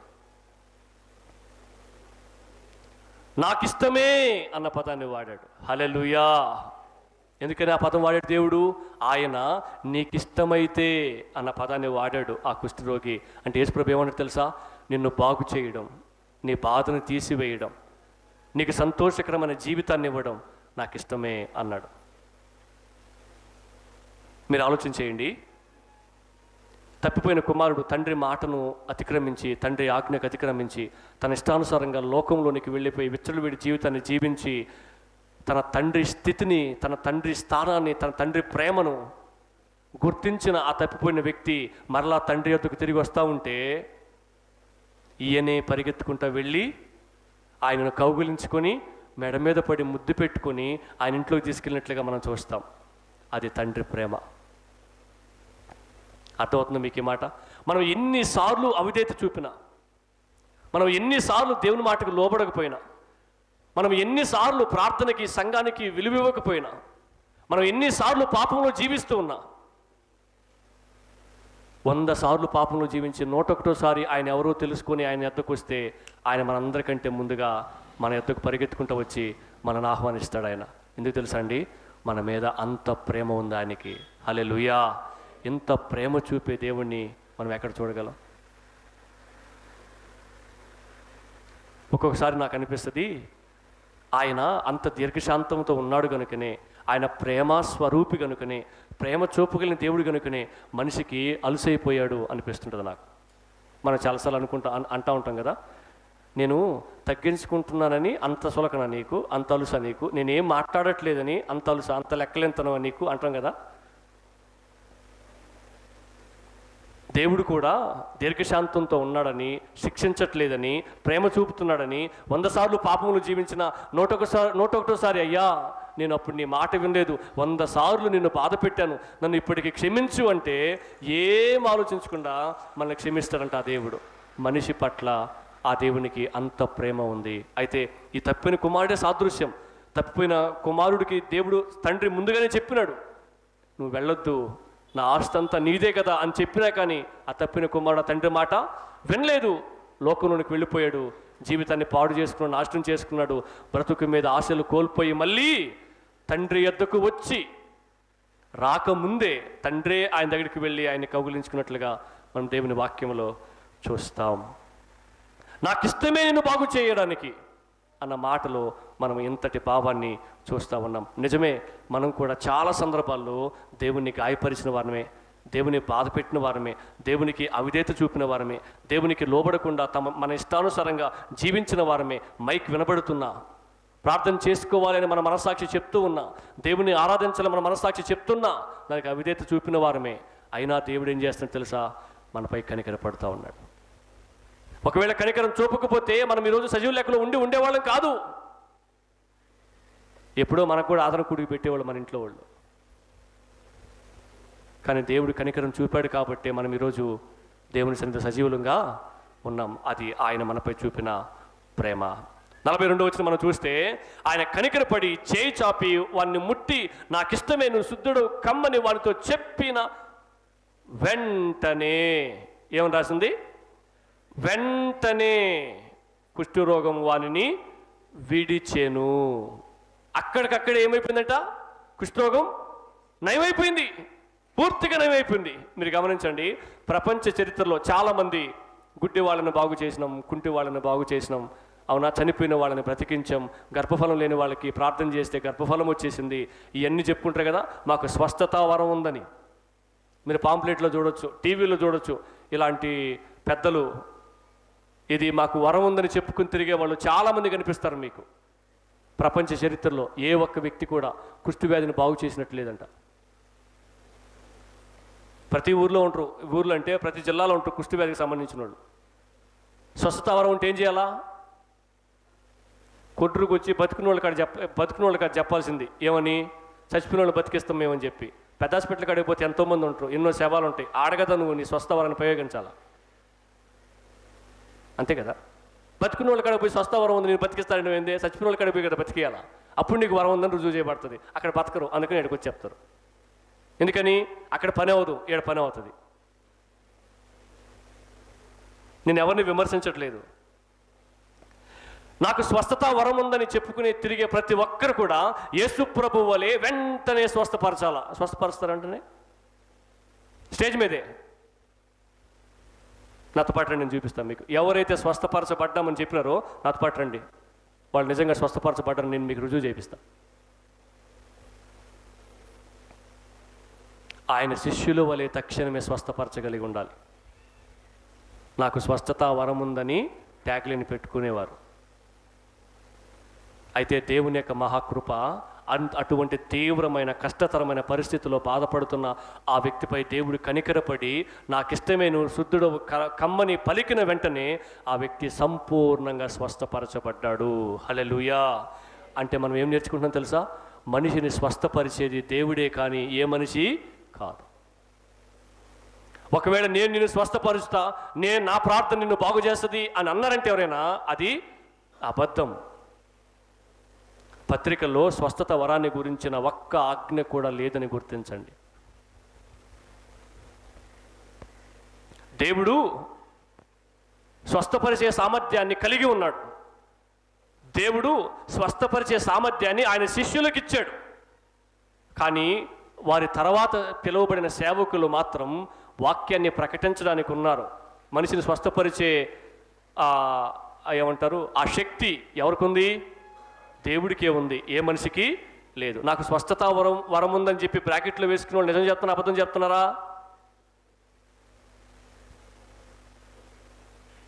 నేను ఈ ప్రసంగాన్ని సిద్ధపడతా ఉన్నప్పుడు నేను ఈ మాటల గురించి ఆలోచన చేశాను.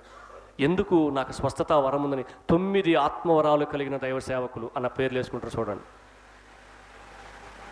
ఎన్ని వరాలు? 9. 1 కాదు, 2 కాదు, 9. ఎందుకని? ఎక్కువ శక్తి ఉందని మనం భావిస్తాం కాబట్టి. మనిషిలోకి శక్తి వస్తుందా? శక్తి అంత ఉండేది ఎవరి దగ్గర? దేవుడి దగ్గర. మనం అయ్యే నమ్ముతాం. ఎందుకని? తెలివిలేని గొర్రెలం కదా మనం. మూడో విషయం, 43వ వచనం నుంచి 45వ వచనం వరకు మనం చూస్తే ఖండితమైన ఆజ్ఞను మనం ఇక్కడ చూస్తాం. అప్పుడు ఆయన కుష్ఠవ్యాధి సోకిన వ్యక్తిని స్వస్థపరిచిన వెంటనే అప్పుడు ఆయన ఎవనితో ఏమీ చెప్పకు అన్నాడు. ఇంతకీ గుర్తుపెట్టుకోండి, మీరు ఆలోచన చేయండి. సందర్భం మీకు అర్థమైంది. కుష్ఠవ్యాధి సోకిన వ్యక్తి యేసుప్రభు దగ్గరికి వచ్చాడు. నీవు నన్ను శుద్ధిని చేయగలవని నేను నమ్ముతున్నాను, నన్ను స్వస్థపరచు, నా పరిస్థితి ఏం బాగాలేదు, నాకు జీవితం మీద ఆశలు పోయాయి అని చెప్పి వేడుకున్నాడు.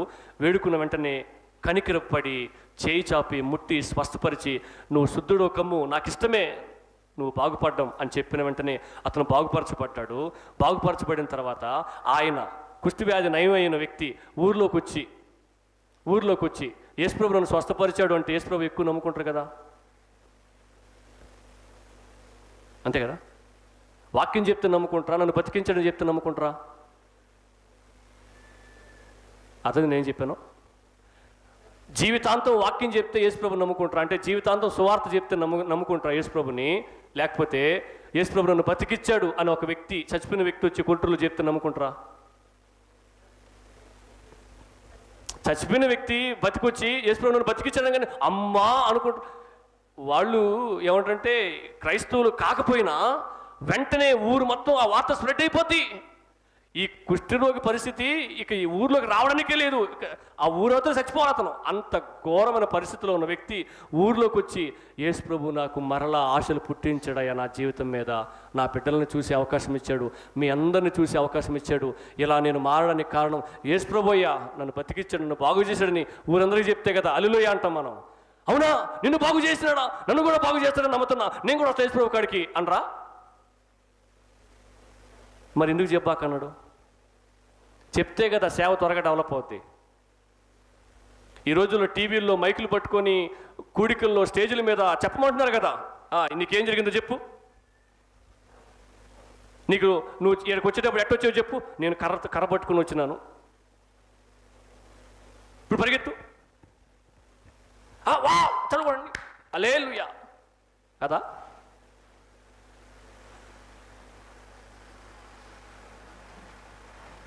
అదే కదా చేస్తున్నారు ఈ రోజుల్లో. మీరు గమనించండి, వాక్యం చెప్పడానికంటే ఎక్కువ హడావిడి ఇదిగో ఈ కార్యాల మీద, ఈ పనుల మీదే ఉంది. చూడండి, స్టేజ్ మొత్తం నిండిపోతున్నారు జనాలు, స్టేజ్ మొత్తం నిండిపోతున్నారు, కుప్పలు తెప్పలుగా నిండిపోతున్నారు. చూడండి, నేటి దినాల్లో మీరు ఛానల్స్లో చూడొచ్చు. మరి ఈయన ఎవరు చెప్పాకనండి ఏందైతే? మరి టీవీలో చూపిస్తే, వార్తాపత్రికల్లో చూపిస్తే ఈ వ్యక్తి ఊర్లో ఏమంటారు, ఊరవతల నుంచి ఊర్లోకి వచ్చి నన్ను యేసుప్రభు బతికిచ్చాడని చెప్తే కదా ఆ ఊర్లో యేసుప్రభు నమ్ముకుంటారు. మరి ఎవరికి చెప్పాకని ఎందుకు అడిగితే? ఆ రోజుల్లో చెప్పాకన్నాడు, ఈ రోజుల్లో చెప్పమన్నాడు అంటారా? ఓకే, నేను ఈ ప్రశ్న అడిగితే మీకు ఈజీగా అర్థమైపోతుంది ఎందుకు చెప్పొద్దు అన్నాడు. ఒకవేళ యేసుప్రభు నా కుష్ఠరోగాన్ని బాగు చేశాడు, యేసుప్రభు శక్తిమంతుడు, యేసుప్రభు గొప్పవాడు, యేసుప్రభు ప్రేమ కలిగిన దేవుడు, నా మీద కనికరపడి నా కుష్ఠ వ్యాధిని నయం చేశాడు, నాకు కుటుంబాన్ని మరలా ఇచ్చాడు, జీవితం మీద ఆశలు పుట్టించాడని చెప్పి ఈ వ్యక్తి గ్రామంలోకి వచ్చి కానీ చెప్పాడు అనుకో, నువ్వు నేను విన్నాం, ఏమని నమ్ముతాం? నన్ను కూడా బాగు చేస్తాడు, నా కుటుంబాన్ని కూడా నిలబెడతాడు, నాకు కూడా జీవితం మీద ఆశలు పోయాయి, నాకు కూడా జీవితం మీద ఆశలు పుట్టిస్తాడు, కాబట్టి నేను యేసుప్రభుని నమ్ముకుంటా, నా అవసరాలు కూడా తీరుస్తాడు, అందుకని చెప్పవాకన్నాడు. ఇదే మూడో విషయం. ఖండితంగా ఎందుకు ఆజ్ఞ ఇచ్చాడు తెలుసా? ఎవరికి చెప్పవాకు అని ఎందుకన్నాడు తెలుసా? నేను కొన్ని విషయాలు నేను మీకు గుర్తు చేస్తాను. దేవుని ఉద్దేశంలో స్వస్థత ప్రాముఖ్యం కాదు, సువార్త ప్రాముఖ్యం. నేను చెప్పాను, దేవుని ఉద్దేశంలో స్వస్థత ప్రాముఖ్యం కాదు, సువార్త ప్రాముఖ్యం. ఎట్లా చెప్పారు అంటారా? యేసుప్రభు వచ్చింది మనిషి కుష్ఠరోగాన్ని పోగొట్టడానికి కాదు. యేసుప్రభు శరీరాన్ని ధరించి భూమి మీదకి వచ్చింది ఈ కుష్ఠ వ్యాధిగ్రస్తుడిని బాగు చేయడానికి కాదు. మరి ఎందుకు వచ్చాడంటారు? ఎందుకు వచ్చాడు? పాపములో ఉన్న వ్యక్తిని వెతకి రక్షించడానికి. పాపములో ఉన్న వ్యక్తిని వెతకి రక్షించడానికి దేవుడు స్వస్థత కార్యాలు కూడా చేస్తాడు. ఉదాహరణకి ఒక వ్యక్తి ఆ నీళ్ళల్లో మునిగి గిలగిల కొట్టుకుంటున్నాడు, ఇంకా కొన్ని క్షణాలకి చచ్చిపోబోతాడు. అర్థమవుతుందా? ఒక వ్యక్తి వెళ్ళి, ఇదిగో నువ్వు ఈ మాటిని చచ్చిపో, యేసుప్రభు నిజమైన దేవుడు, చచ్చిపో అంటారా? అనరు. ఏం చేస్తారు? ముందు బయటికి లాగుతారు, అంటే బతికిస్తారు. బయటికి ఒడ్డు మీద తీసుకొచ్చి, ఇదిగో నిన్ను ఎందుకు బయటికి లాగని తెలుసా? యేసయ్య నాపై చూపిన ప్రేమ. యేసుప్రభు ఆపదలో ఉన్న వాళ్ళని ఆదుకోమని చెప్పాడు కాబట్టి నిన్ను ఆదుకున్నా, కాబట్టి యేసుప్రభుని నమ్ముకో. నీకెందుకు దేవుడు ఆయుష్ను పొడిగించాడు తెలుసా? నా ద్వారా. ఎందుకు తెలుసా? యేసుప్రభు అంటే ఎవరో తెలుసుకుంటావని, నీ పాపపు స్థితిని నువ్వు ఒప్పుకుంటావని, మారు మనసు పొందుతావని. మీరు గమనించండి, మన సంఘంలో కూడా ఆ సందర్భం జరిగింది. చాలా సంఘాల్లో ఈ సందర్భం జరుగుతుంది. ఏమని తెలుసా?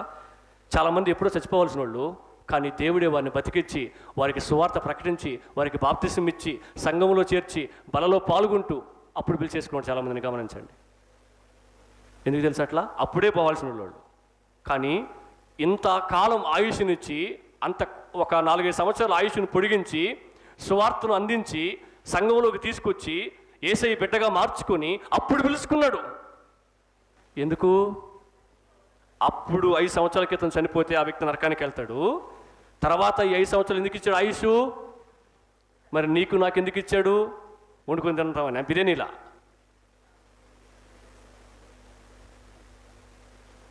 మూడు సవర్లు నగలు ఉంటే 4 సవర్లు చేసుకుందామనా? 50,000 ఇచ్చి ఉంటే ₹1,00,000 వడ్డీకి ఇద్దామనా? ఎందుకు ఇచ్చాడా? నీ పాపపు స్థితిని నువ్వు గుర్తిస్తావని. అందుకని ఎవరికి చెప్పొద్దన్నాడు. ఇంకో కారణం, ఇంకా చాలా కారణాలు ఉన్నాయి. నేను త్వరగా మీ చెప్పి నేను ముగించడానికి ప్రయత్నం చేస్తా. యేసు ప్రభు కపెర్నహూముని కేంద్రంగా చేసుకొని సువార్తని ప్రకటించడానికి తీర్మానించుకున్నాడు. ఆ రోజుల్లో యెరూషలేము గలిలయ ప్రాంతముల చుట్టూ సుమారు 240 గ్రామాలు ఉన్నాయంట. 240 గ్రామాల్లో ఆయన సువార్త ప్రకటించాలి, స్వస్థత కార్యాలు చేయాలని కాదు. అర్థమవుతుందా? ఒకవేళ స్వస్థత కార్యాలు చేస్తే యేసు ప్రభు దగ్గరికి వస్తారు. దేనికోసం వస్తారు? స్వస్థత కార్యం కోసం వస్తారు. స్వస్థపరచబడిన తర్వాత వెళ్ళిపోతారు. స్వస్థపరచకపోతే అసలు రారు.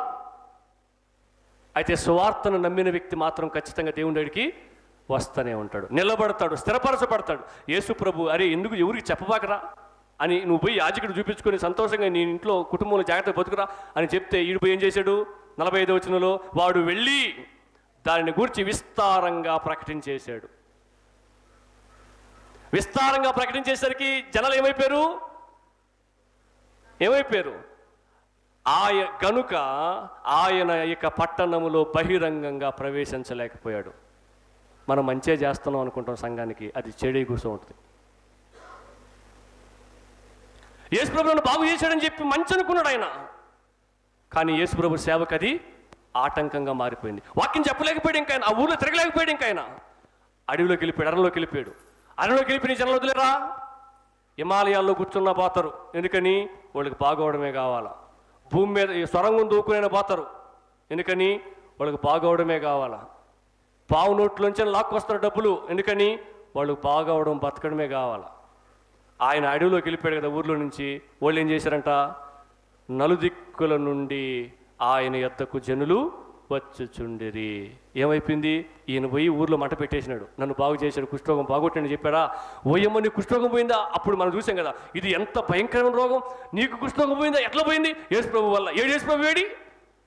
ఊరు లేడు, అరణ్యంలోకి వెళ్ళిపోయాడు. యాడున్నో పోతాం అని వెళ్ళిపోయారంట. ఈ రోజులో కూడా పోతల్లా.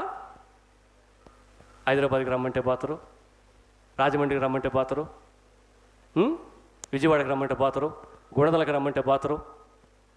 ఇంక చెప్పండి పేర్లు. యాడకు పోయినా దేనికోసం పోతున్నారు? రక్షణ కోసం పోవట్లే. హాస్పిటల్కి అట్టయితే పోతున్నారు, విజయ హాస్పిటల్కి, చెన్నైకి, ఈ రాయివేలూరుకి, ఇట్లా హాస్పిటల్కి అట్టయితే పోతున్నారో యేసు ప్రభు కాడికి కూడా అట్టే పోతుంటారని అర్థం. ఆ ఒక వ్యక్తిని అది రక్షణలోనికి నడిపించదు. మీకు సింపుల్గా 2 వచనం చదివించేదా? చూడండి ఒకసారి. యోహాను సువార్త 2వ అధ్యాయం 25వ వచనం. యోహాను సువార్త 2వ అధ్యాయం 25వ వచనం. త్వరగా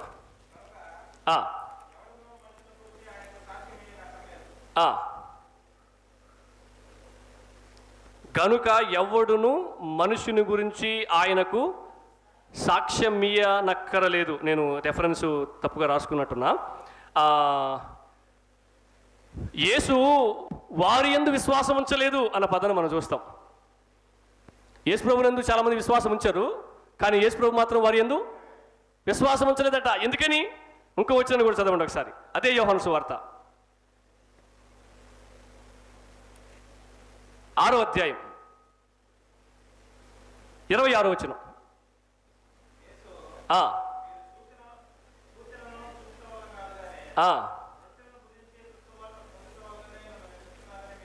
ఏమన్నాడు మళ్ళీ చదవండి. మీరు సూచనలను చూచుట వలన కాదు కానీ రొట్టెలు భుజించి తృప్తి పొందుట వలననే నన్ను వెతుకుచున్నారని మీతో నిశ్చయముగా చెప్పుచున్నాను. ఏమన్నాడు? వాళ్ళకి రొట్టి, మనకు బిర్యానీ. మనకి ఈస్టర్ వస్తే బిర్యానీ, ఇంకా జనవరి వస్తే బిర్యానీ, క్రిస్మస్ వస్తే బిర్యానీ. అసలు క్రిస్మస్ పండగే కాదు అసలు భోజనం లేకపోతే. ఏమన్నాడు ఆయన? ఎందుకన్నాడు ఆ మాట? ముందు చెప్తా, టైం అయిపోయింది కాబట్టి. 3 రోజులు యేసుప్రభు వాక్యం చెప్పాడు. వాక్యం చెప్పిన తర్వాత వాళ్ళకి ఏమేసింది? ఆకలి వేసింది. యేసుప్రభు 5,000 మందికి 5 రొట్టెలు 2 చిన్న చేపలు పంచిపెట్టాడు. పంచిపెట్టిన తర్వాత వాళ్ళు కడుపు నిండా తిన్నారు. ఇంకా ఈయన కాడుంటే ఇక మనకు ఆకలి బాధలే లేవురా అని ఫిక్స్ అయిపోయారు. ఈయన కడుపు నిండా అన్నం పెట్టేస్తాడు మనకు, కాబట్టి ఈయన వెనకాలే వెళ్ళిపోదాం అనుకున్నారు. అప్పుడు ఆయన ఏమన్నాడు తెలుసా? రొట్టెలు భుజించి తృప్తి పొందుట వలననే మీరు నన్ను వెదకుచున్నారు. అంటే అర్థం ఏంటి? కూటి కోసం వస్తున్నారు అని అర్థం. అర్థమవుతుందా? రైట్. అప్పుడే యేసు ప్రభు చాలా విషయాలు చెప్పుకుంటూ వచ్చాడు. అర్థమవుతుంది. మీరు రావాల్సింది భోజనం కోసం కాదయా, మీరు రావాల్సింది కుష్ఠరోగం పోగొట్టుకోవడం కోసం కాదు, మీరు రావాల్సిన సమస్యలు పోగొట్టుకోవడం కోసం కాదు అని చెప్తూ ఈ సువార్త ఎందుకు మీరు రావాలో ఈ విషయాలన్నీ చెప్పుకుంటూ వచ్చిన తర్వాత 66వ వచనంకి వచ్చేసండి. 26వ వచనం ఎందుకు వస్తున్నారు చెప్పాడు కదా. 66వ వచనం వచ్చేసరికి ఏమైందో చూడండి. అప్పటి నుండి చదవండి. వెనుక తీసి అంటే వెనుక తీసి మరి ఎన్నడును ఆయనను వెంబడించలేదు. ఏమన్నారు మీరు? ఏమర్థమైంది మీకు? అప్పటి నుండి, ఎప్పటి నుండి? నువ్వు ఏ ఆశతో అయితే ఇక్కడికి వస్తున్నావో దానికోసం కాదు నువ్వు రావాల్సింది అని ఎప్పుడైతే ఆయన చెప్పాడో, నువ్వు దేనికోసం రావాలో చెప్పాడో అప్పటి నుండి ఆయన శిష్యులలో అనేక మంది వెనక్కి వెళ్ళిపోయారు. ఇంకో మాట కూడా చెప్పనండి, ఇంకెప్పటికీ ఆయన దగ్గరికి. ఎందుకని? ఏడ స్వస్థత కార్యాలు లేవు, ఏడ అద్భుతాలు జరగటం లే, ఏడ మహత్కార్యాలు జరగటం లే, ఏడ అడావుడి లేదు, ఆ గోళ్ళు కింద పడి దొరలడాలు లేవు, కేకలు లేవు. అర్థమవుతుందా? ఏడ దేవుడు లేడు, ఆత్మ పనిచేయట్లేదు. కాబట్టి నేను ఇవన్నీ దొరికే కాడికి పోతా, లేకపోతే టీవీలో చూస్తుంటా. ఎప్పటి నుండి? ఇదిగో ఇవన్నీ వాక్యానుసారం కాదని చెప్పినప్పటి నుండి.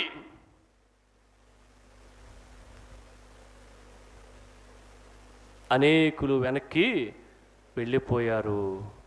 అంటే ఎందుకని? మనిషి అవసరాలు తీర్చుకోవడానికి మాత్రమే దేవుని దగ్గరికి వస్తాడు కాబట్టి, అది ఒక వ్యక్తిని దేవుని యొద్దకు నడిపించదు కాబట్టి. ఇప్పుడు నేను చెప్పాను చూసావా, పాపమును గురించిన ప్రస్తావన. తన యొక్క స్థితి పాపములో ఉన్నదని గుర్తించినప్పుడు అతను నిజంగా మనసు మార్చుకొని యేసయ్యకు తన జీవితాన్ని అప్పగించుకుంటాడు. ఇవన్నీ దేని ద్వారా జరుగుతాయి తెలుసా అండి? స్వస్థత కార్యాల వల్ల కాదు, అద్భుతాల వల్ల కాదు, మహత్కార్యాల వల్ల కాదు, సూచక్రియల వల్ల కాదు. అర్థమవుతుందా? ఇంక మిగతా కార్యాల వల్ల కాదు. వాక్యం ప్రకటించబడడం ద్వారా మాత్రమే మనిషి జీవితం మారుతుంది. హల్లెలూయా. అందుకనే వాక్యం వినండి అని చెప్పేది. ఈ గోడల వైపు వెళ్ళబాకండి, వాక్యం వినండి. ఇప్పుడు యేసు ప్రభువే చెప్పినాడు, నేను మీకు భోజనం పెట్టానని మీరు భోజనం కోసమే రావడం అలవాటు చేసుకున్నారయ్యా అన్నాడు. ఇప్పుడు ఇతను బయటికి వెళ్ళాడు కదా, మార్కు సువార్త 1వ అధ్యాయంలో. బయటికి వెళ్ళాడంటే యేసు ప్రభు దగ్గర స్వస్థపరచబడి ఊర్లోకి వెళ్ళాడు కదా. ఊర్లోకి వెళ్ళి ఏం చెప్తాడు? నన్ను యేసు ప్రభు నన్ను రక్షించడని చెప్తాడా? పాపం నుంచి విడిపించడని చెప్తాడా? పరలోక భాగ్యం ఇచ్చాడు, నాకు భవిష్యత్తు గురించి నిరీక్షణ వచ్చింది అని చెప్తాడా? చెప్పడం. ఎందుకని? అతనిలో ఆ కార్యంగా జరిగింది, స్వస్థత కార్యం జరిగింది. అప్పుడు వినే జనాలు ఏమనుకుంటారు? ఓ యేసు ని స్వస్థపరిచాడా, అయితే నన్ను కూడా స్వస్థపరచగలడు, నేను కూడా నమ్ముకుంటా అంటారు. నీ పాపం నుంచి విడిపించాడా, నేను కూడా పాపపు స్థితిలోనే ఉన్నా, నేను కూడా పాపపు కాడి కిందే ఉన్నా, నేను కూడా పాపపు శిక్ష కిందే ఉన్నా, నీకు వచ్చే శిక్ష నాకెందుకు రాదు, నేను కూడా ఆ యేసు ప్రభువుని నమ్ముకుంటా పాపం నుంచి విడిపించబడాలన్న ఆలోచన నాకుంది, భవిష్యత్తు గురించి నిరీక్షణ నాకు నిరీక్షణ నాకు కూడా కావాలి అని ఆలోచన చేసి వస్తారా? ఎప్పుడు వస్తారు తెలుసా? ఈ కుష్టి వ్యాధి నుంచి బయటపడిన వ్యక్తి పాపం నుంచి బయటపడినప్పుడు వస్తారు. కుష్టి వ్యాధి నుంచి బయటపడిన వ్యక్తి పాపం నుంచి బయటపడితే అప్పుడు ఇతను వెళ్ళి చెప్తాడు, ఏమని తెలుసా? నన్ను బాగు చేయడం మాత్రమే కాకుండా నా మీద మోపబడిన పాపపు శిక్షను ఆయన తన మీద వేసుకుని నన్ను విడిపించాడు. ఇవన్నీ వాడికి తెలియాలంటే ముందు సువార్తనాలా? యేసు ప్రభు నేను సువార్త చెప్తాను రా, నిన్ను బాగు చేసిన నీ బాధను చూసి నువ్వు ఊర్లో పోయి చెప్పబాకు, శుద్ధంగా సంతోషంగా బతుకునని చెప్తే ఈడు పోయి ఊరు మొత్తం దండు రేసి పరేశాడు. ఇంకేసు ప్రభు ఆ ఊరిలో సువార్త చెప్పడానికి అవకాశం లేదు, 240 గ్రామాల్లో సువార్త చెప్పడం అవకాశం లేదు. అడవిలోకి వెళ్ళిపోయిన ఆయన వదల్లా వాళ్ళు. ఇంకా వాళ్ళకేం సువార్త చెప్తారు? నువ్వు 100 చెప్పు, ముందు మమ్మల్ని బాగు చేయి అంటారు. మీకు అర్థమైందా? ఈ రోజుల్లో ఆలోచించేయండి, క్రైస్తవులు దేనికి ఎగబడుతున్నారు చెప్పండి? మనీ స్కీములకు లేవులే, ఇప్పుడు దానికి ఎగబడరు. క్రైస్తవులు దేనికి ఎగబడుతున్నారు? వీటికి. సువార్త ప్రకటించే సభలు లేవు నేటి దినాల్లో, ఇటువంటి హడావిడి చేసే సభలే ఉన్నాయి. హడావిడి చేసే ప్రసంగాలే సోషల్ మీడియాలో ఛానల్స్లో కొనసాగుతున్నాయి. ఏం నేర్చుకుంటున్నారు మీరు? ఇటువంటి హడావిడి చేసే పరిస్థితుల్లో ఎవరు లేరు? దేవుడు లేడు. అరే నేను ఎందుకు వచ్చాను తెలుసా? మిమ్మల్ని స్వస్థపరచడానికి కాదు, మిమ్మల్ని స్వస్థపరుస్తా. కానీ నేను వచ్చింది మీ పాపం నుంచి మిమ్మల్ని విడిపించడానికి. అది నన్ను చెప్పనీయండి. ఈ రోజుల్లో చాలామంది సేవకులు కూడా ఎలా తయారైపోయారంటే, సువార్త ప్రకటించడానికి ఉన్న వీళ్ళు, సువార్త ప్రకటించడానికి అంటే వాక్యం బోధించడానికి ఉన్న సేవకులు, వాక్యాన్ని బోధించడం పక్కన పెట్టి, నేను విఆర్సీలో చూసిన, ఏసీ సూపర్ డిస్టేల్లో చూసిన, ఎన్నో చోట్ల చూసిన, 5 నిమిషాలు కొత్తూరులో చూసిన స్కూల్ ఎదురుగా, నేను పోలేదు కానీ విన్నా, 5 నిమిషాలు చెప్పాడంటే వాక్యం, 5 నిమిషాలు. మరి మిగతా సమయం 8 ముక్కలు తీసుకున్నట్టు మైకు, మిగతా సమయం అంతా ఏం చేసినారు అంటే ఇదిగో ఇయ్యే యాప్లికాయ ఇస్తా, నీకు పిల్లలు పడతారు, అట్టుకుండి పిల్లలు పడతారు.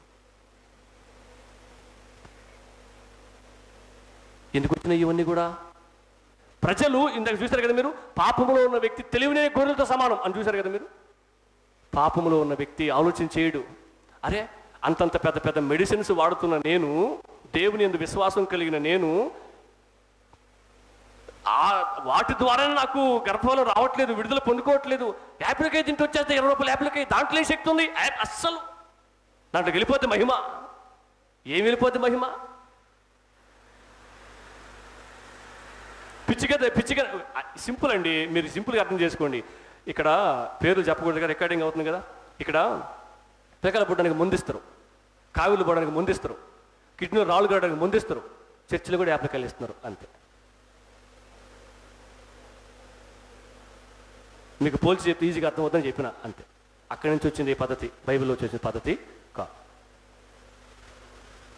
మనం వాక్యాన్ని విని విశ్వాసంతో, ఇదిగో ఆ కుష్ఠవ్యాధి కలిగిన వ్యక్తి మోకరించి దేవునిపై ఆధారపడి, నీకు ఇష్టమైతే నన్ను బాగు చేయ, నేను నమ్ముతున్నాను నన్ను బాగు చేస్తామని, ఇదిగో నేను ఈ పద్ధతుల వైపు ఆధారపడట్లేదని చెప్పి దేవునిపై ఆధారపడి స్వస్థపరచబడ్డాడన్న ప్రసంగాన్ని విని కూడా చాలామంది ఏం చేస్తారు తెలుసా? ఆ మందు మింగుతారు కానీ వాక్యాన్ని వినరు. ముందు పెడతారు అంటే ప్రోమని పోతాడికి వచ్చి ప్రార్థన చేసుకోమని చేసుకోరు. అవే నమ్ముతారు. ఎందుకంటే పాపంలో ఉన్న తెలివిలేని గొర్రె కాబట్టి.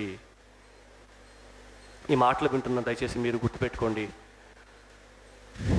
సమాజంలో ఎన్నో జరుగుతూ ఉంటాయి. అవన్నీ వాక్యానుసారం కాదా అని వివేచించాల్సిన అవసరం మీకు చాలా ఉంది. అంత మాత్రమే కాదు, తీవ్రమైన భయంకరమైన పరిస్థితిలో ఉన్న ఆ వ్యక్తిని స్వస్థపరిచింది దేవుడు, ఏ మనిషి కాదు. తనను తాను కూడా బాగు చేసుకోలేడు, బయటపడలేడు. అయితే ఆ వ్యక్తి దేవుణ్ణి ఆశ్రయించాడు, మర్చిపోవాకండి. ఆ వ్యక్తి దేవుణ్ణి బతిమాలుకున్నాడు, ఆ వ్యక్తి దేవుణ్ణి వేడుకున్నాడు, ఆ వ్యక్తి దేవునిపై ఆధారపడ్డాడు, తన స్థితిని దేవునికి చెప్పుకున్నాడు. అప్పుడే ఆ వ్యక్తిపై దేవుని యొక్క కనికరం వచ్చింది. ఈ ఉదాహరణ కూడా నేను చెప్పి నేను ముగించేస్తా, గుర్తుపెట్టుకోండి. తండ్రి వెళ్ళొద్దు అని చెప్పాడు, వీడే వెళ్ళిపోయాడు. వెళ్ళిపోయిన తర్వాత వీడు అక్కడ మారు మనసు పొంది తిప్పలు పడి దెబ్బలు తిని రియలైజ్ అయిన దాకా తండ్రి ఆడే ఉన్నాడు. వాడి కాడే మరే చెప్తే వింటున్నావు అంటారా, ఇప్పుడు నీ కూలి లేకుండా పోయిందిరా, గుడ్డలు పోయినాయిరా, నీ ఏంది నీ పరిస్థితి ఉంది, రారా ఇంటికి అనలా. అర్థమైందా? వాడంతట వాడే తెలుసుకున్నాడు. ఏమని? నా పరిస్థితి నెట్ అయిపోయింది, నేను నా తండ్రితో ఉన్నప్పుడు నా పరిస్థితి ఎలా ఉండింది, ఇప్పుడు నా పరిస్థితి నెట్ అయిపోయిందని చెప్పి వాడు మారు మనసు పొందేదాకా తండ్రి వెయిట్ చేశాడు. అయితే తండ్రికి ప్రేమ ఉంది కదా, వాడు ఎప్పుడైతే నేను నా తండ్రి యొద్దకు వెళ్ళిపోవాలా అనుకున్నాడో, నా తండ్రి కాళ్ళ మీద పడిపోవాలా అనుకున్నాడో, ఒకవేళ నా తండ్రి కొడుకుగా భావించకపోయినా పర్లే, తన ఇంట్లో పనుడుగా పెట్టుకున్న చాలు అనుకున్నాడో, నిజంగా వీడు మారాడని చెప్పి వాడు దూరంగా వస్తున్నప్పుడే ఈ తండ్రి పరిగెత్తుకుంటూ వెళ్ళి అతన్ని ఆహ్వానించినట్లుగా చూస్తాం. హల్లెలూయా.